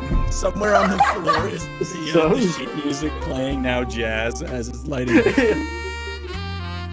Music is Yeah, coming from the Jane had no fucking Cthulhu idea sheet what's music. happening. It's just too. It's just- Jane, it's I'd just like you to make an idea roll for me, please. Oh God. Okay. Oh, you have some Hold idea. on. I like the idea. She's I am smart, so I have an idea. It hits you like a ton of bricks. Oh my god. And you see Marty in a different light. Actually, yeah, she kind of like, oh, and she just like, so. Oh, She's fiddling with the ring on her fingers, guys. Well, you got your Walsh up. Walsh. Terrible, awful. she's rating his performance. Marty, you're a great friend and all. I just don't know this is a great time to talk about this at all. Who's gotta talk?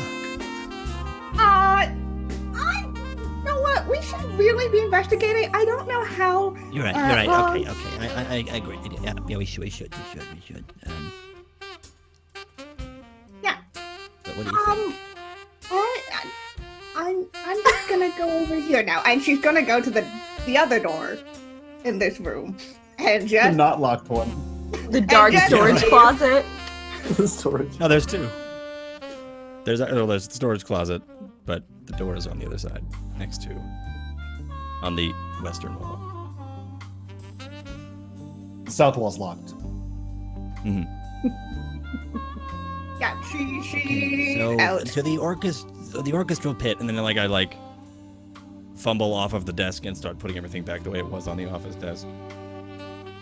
I love watching your Trying to little catch up icon later. literally run away from him.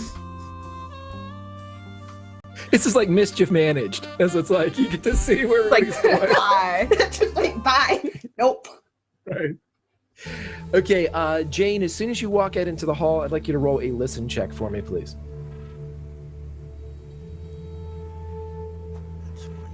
We hear Gumble on the other side. He's like listening into the door as well. This one. The sound of close. blue balls. I can hear someone. No, that's fail. That's why they call it the blues. I see what you did there. You guys can leave me here. I need to polish the Indian. Okay, so as you walk out, Jane, something kind of tickles in the back of your brain for a second, Jane, but you don't. Nothing draws your attention Well as done. the Indian is being polished. Can I hear someone on the other side, Greg? Because I'm listening in on this door. Squick. Oh no, that Yeah, different thing. You heard Jane exit. You could tell that it came from the room that you were previously in. So it doesn't sound like you heard like the door open, as I presume that you guys did not close the door between the office and the secretary's office. Right. So you heard, maybe muffled exchange between Marty and Jane, and then an exit from the other room door. It's Gumble, not a like, confusion where slowly- you're gonna jump through and kill Gumble somebody. like slowly opens the door to his north, and is like pointing the shotgun straight at Walsh's head. Identify yourself. I hear a tango. Jesus. Hi. Oh, Hi, Gumble. it's Walsh. I'm really glad to see you. We should. Walsh, you went keep dead on the investigating. comms. I didn't hear you. Yeah. Gumble, roll a listen check for me. Walsh, come in. Walsh. I'm right here. Walsh. I'm right I here. can hear you now. That's better. Okay. Okay. A listen check. Listen check is a fail. Instead of the tingle that Jane felt, you feel nothing, as you're pretty sure that you've got this whole area locked down. Just like real life. Yeah. Like Gumble's comms are completely non-existent. He does have like an earpiece in, but they're in no way linked up to anyone else's. It seems clear. Let's see, you got your comms back online. All right. Williams, Ruben, what you found back there? Got anything? I guess we should do like spot hiddens, huh? Yeah, is that what we have to roll over here, Greg? Sure, yeah. That's an 8. I succeed. What you're Hard able and to find extreme out, success. Ruby, what you guys are able to find by just looking through the secretary's office is you see that the piece that is going to be performed this Sunday, there are 2 stacks of programs. One of the programs seems to be kind of offset. They seem to be the exact same, except one of them bears the name of George Sturwell, and the other bears the name of a Dr. Knackworth. And they seem to be the ones that are being handed out. Lenny, you see this? After George died, looks like they replaced him. You think we better go talk to this man? No. But Knackworth, they didn't replace him with Knackworth. He owns this place. He owns it? We should talk to him Yeah. anyway. Yeah. No, I agree. They didn't replace him though. Not with Knackworth. Not with Knackworth. He's the one who runs this. Well, is Knackworth on the original one? No, he is not. Well, no, I mean he might If run you're this assuming place. the one with George was the original, yeah. What I'm saying is, he may run this place that he is singing now when he was not before. Oh well, I mean, I That would is a assume so. It was replacement. well, the man did die. The show must go on, etc., etc. Yes, that's the But thing. I don't think that's there's suspicious, but he is the owner. That is true. That is true. I still think we ought to talk to him at some point. Maybe take a flyer. Let's take a flyer. Let's take both. One copy of each flyer, just in case. Sure. And Sure. we should go see what Jane is doing. I don't know how successful. Is there music She here, has been. Greg? You mean like sheets of Sheet music, music? or you don't see Yeah. any sheet music now? Okay. Yeah, because that's what Well, Marty told us that he found, right, with sheet music. Correct. Yes, he did find it, and he still has a Okay. copy of it. Are you guys going up with Jane and Gumble? Yeah, Ruby's gonna walk on up next to Jane and say, "Oh my, that was quick," but I'm not really surprised actually when I think about that and Marty, and it would have gone quite fast. Yeah. Okay, I'm sorry, as you guys all converge together, anybody that hasn't rolled a listen check, please roll one. Success. Oh man, that's no. Ruby is suddenly Yep. trying to clear her mind of the image of Marty being quite quick. Okay, Lenny, you hear music coming from further down the hall, and it seems to be right around the corner. It is very subtle and light, but it sounds like the flutes that you heard accompanying the sheet music back up by Yaltut's village. In the crazy dream world? Yep. Okay. And the only other person that heard that was Marty, right?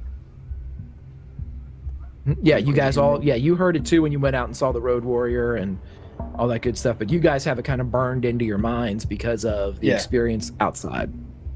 I think he kind of looks past everybody and he looks kind of glass-eyed and looks to Marty and he says, hey, do you hear that? No. It's all frosty on my end. Not getting for anything on the comms either.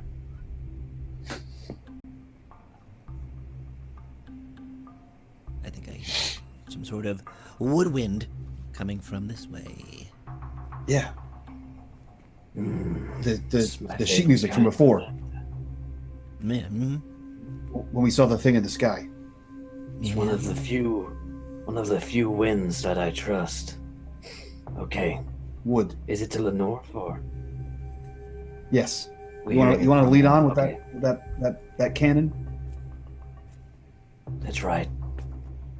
I do. And I'm gonna step. Let me know when I see something. Yes. As soon as you guys get further up, you realize that there is a identified stairwell. You can see the signage and that there is a door around the corner. Yeah, there's a stairwell. And it's very quick. And as you guys get up there, you see more of the backstage area as it is revealed, but you also see that there is a door leading to what is identified as a stairwell or stairwell. But it is right around the corner from you. Woo, up there. I grabbed you.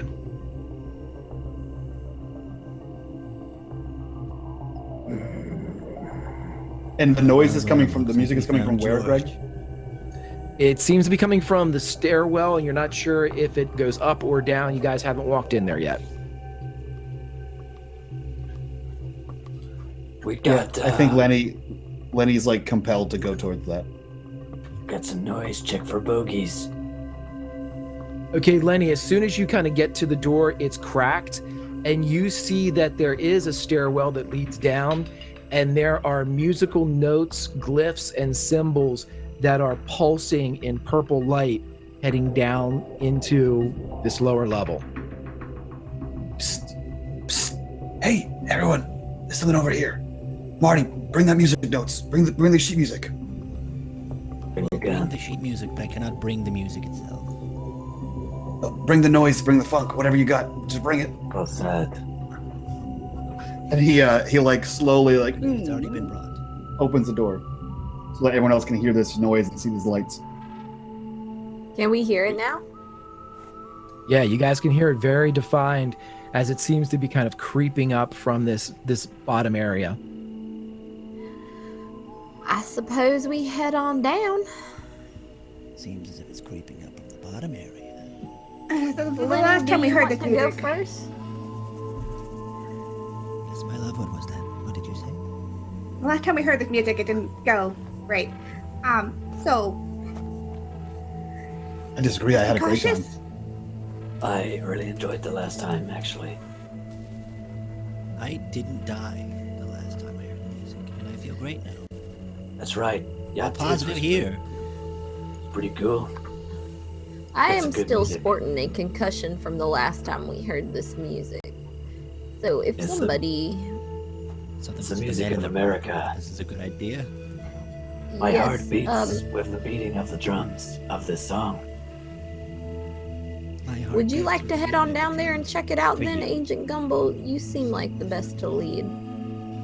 I will. Yeah, let me My know. country, 'tis of the. Oh no, sorry. I thought there was a thing happening, Gumble. My bad. No, you were right. Let's go. I'm kidding. He says that because he doesn't know the words. Yeah, it's pretty true. And I refuse to sing anything about the British national anthem. Oh my What, the god. British national anthem? That's right. Who's going down first, Gumble? Oh, Britannia, Britannia rules the Rule Britannia, Britannia rule the seas. I think Gumble said he was going down first. Are you going down first, Gumble? That I am. Roger that. Watch my 6. Does Gumble have a nice 6? We've been forced to watch it, like, all the time. Oh, what's his Ro- appearance? It's a 6 out of 10. Oh, What do you want? use a strength or appearance here for me. strength. It's a regular success. It's he's got Fun. his 6 is it's firm. It's nothing to write home about. But it's nothing to make fun of either. You wouldn't He's kick it out done of bed in the since Solid morning. 6, right? It's a solid Yeah. 6. He's done some squats. Regular. Well, old Agent Taylor Gumble, it is a solid 6 you got going on right there. In So the sure, AM, why he not? always wakes up to some PT. It's a good firm 6. Ruben, are you checking out by LC? No, let's keep going. What's landing there? Can we discuss that for a second? No, we cannot. Is that against terms of service to discuss what's landing in that zone? Don't ask questions. Do not ask Don't ask. questions. Don't ask. Don't ask. Okay, Don't as you ask, guys get do not ask. as you guys get down into the lower level, you find that there are papers and books and scrolls lining everything in this area. With spot hiddens, I can start telling you guys what you find. Okay. Hard success. Okay. What are we doing? All this? Sorry, hold Yep. on. Let me try it like Greg does. Lenny Williams succeeds. Caesar Success. Ruby Okay, also so- succeeds. Fucking biblical. As you guys, which is one of my favorite sayings ever now, I use it anytime my kids aren't around. So you guys are able to uncover a journal that appears to be written by one Sherman Knackworth. As you guys begin to read these initial 3 entries that are basically promoting a trip to England, describing how Knackworth went over there to uncover some alchemical, just for more fun than anything else, he seems to have stumbled upon something rather sinister. And as you're starting to pore over these journal entries, and as you are looking more and more into this, Lenny, you are able to see a book that's sitting there that's kind of black leather with brass fittings on the outside of it. It seems to have a presence about it that stands out from the rest of the parchment and the tri-folded papers that you see around here. And it's as it looks at you that you see a flash of the Road Warrior again, of you sitting astride the Road Warrior, and a voice that you have not heard before, but that you find very comforting. It says to you, "Kill Ruby Martin." And that, Wait, ladies and gentlemen, is where what? we will end this episode of Atomic Cthulhu. Da-da-da. Oh boy. Play boogie music, because we're out. Quick. It's all up me again. Everyone's Cue the smiling boogie. and laughing. It's been a good time. Oh, dear, my friends. That is where we're ending tonight's show of Atomic Cthulhu. Hopefully you guys enjoyed it. I know I certainly had a great time. If you did enjoy the show, hit the follow button and join us. And another thank you to our sponsors, Fantasy Grounds, our virtual tabletop of choice, along with Wayland Games for all of your miniature needs. Tomorrow we'll be back on the show at 5 p.m. Eastern for The Long March, Kingmaker Episode 2, so join us for that. And of course, every week, Monday, 4:30 p.m. Eastern for Atomic Cthulhu live here on Twitch. You can catch up on the YouTube channel if you've missed the first and second episodes. You can go back and watch them along with our Session 0 for Atomic Cthulhu, so you can see how we plan for 2.5 hours to make all of these terrible jokes and skits. But let's go around the cast and crew. Did we enjoy ourselves? Where can we find you guys online? Let's start with our keeper for the night, Greg. Thank you, buddy. I had a great time. I like playing with this group. It is always fun. And like I said, the dramatic pauses that I can now see visually from Will and his Agent Gumbel are the best. And the reaction shots of everybody reacting and playing off that, also the best. I have a great time with this cast. It's the best. Grimjack21502 on the Twitches and the Twitters. You can find me on Tomes and Tentacles, as we were doing a little Caesar Cole earlier. We should have another episode up sometime this week. Wednesday, you'll find me here for Call of Cthulhu. Tomorrow night, I will be on WebDM with Kiana doing a little Starward Bound 5e Spelljammer. Super duper fun. Have some fun with that. Friday, you'll see me on my channel, Grimjack21502. doing a little Firefly RPG at 2 p.m. Eastern Time. It is super duper fun. Please check us out. Saturday nights on Learn by Play on the D&D channel, and Sunday nights for my opus to all things Pulp Cthulhu. It is Project Athena on my channel from 7 to 9. But until then, everybody, stay frosty and do a little Bobby Soxon and some hip-hopping in the 50s. Later. Absolutely. Thanks so much, Greg. And Meth, same questions for you, my friend. Oh man, I had a blast tonight. I thought Reiner was going down. I thought he was just gonna probably wither away tonight, but he did not. And we were able to try to make some moves, though they were unfruitful. But anyway, it was a ton of fun. I love playing with this group. I love playing Cthulhu with these guys. Thank you so much. I will be on Twitch throughout the week this week. It's going to be a bit weird. I've got a meeting in California later this week, so which is wacky. So I'll be back, but you guys can check out my Twitter and see when I'm going live and all that stuff. So thank you guys. Beautiful. And Kiana. That was tons of fun. We got to go on a weird spirit journey, and Jane had to deal with the fact that there may be Marty interested in her. There's a very good reason why I'm saying she's not into him. I would have played into it, but there's a character decision I made a long time ago, and I'm like, shit. Poor Marty. Whoops. Just And another we'll day see for Marty. why Don't worry. in the future. He's but- used to it. Yeah, she's noped me out of that. But as she nopes out of that, you guys can find me over on Twitter at KennaAsk, where I like talking about all things life and what I do. Again, you can find me tomorrow on WebDM with Greg, Spelljammers, Fun Times. I am starting a new series over on Straticus's channel called One Shot Wonders, which is me DMing a whole bunch of one-shots where anybody can join. We're exploring a setting every month. And so that's going to be premiering Wednesday, so I'm super excited for that.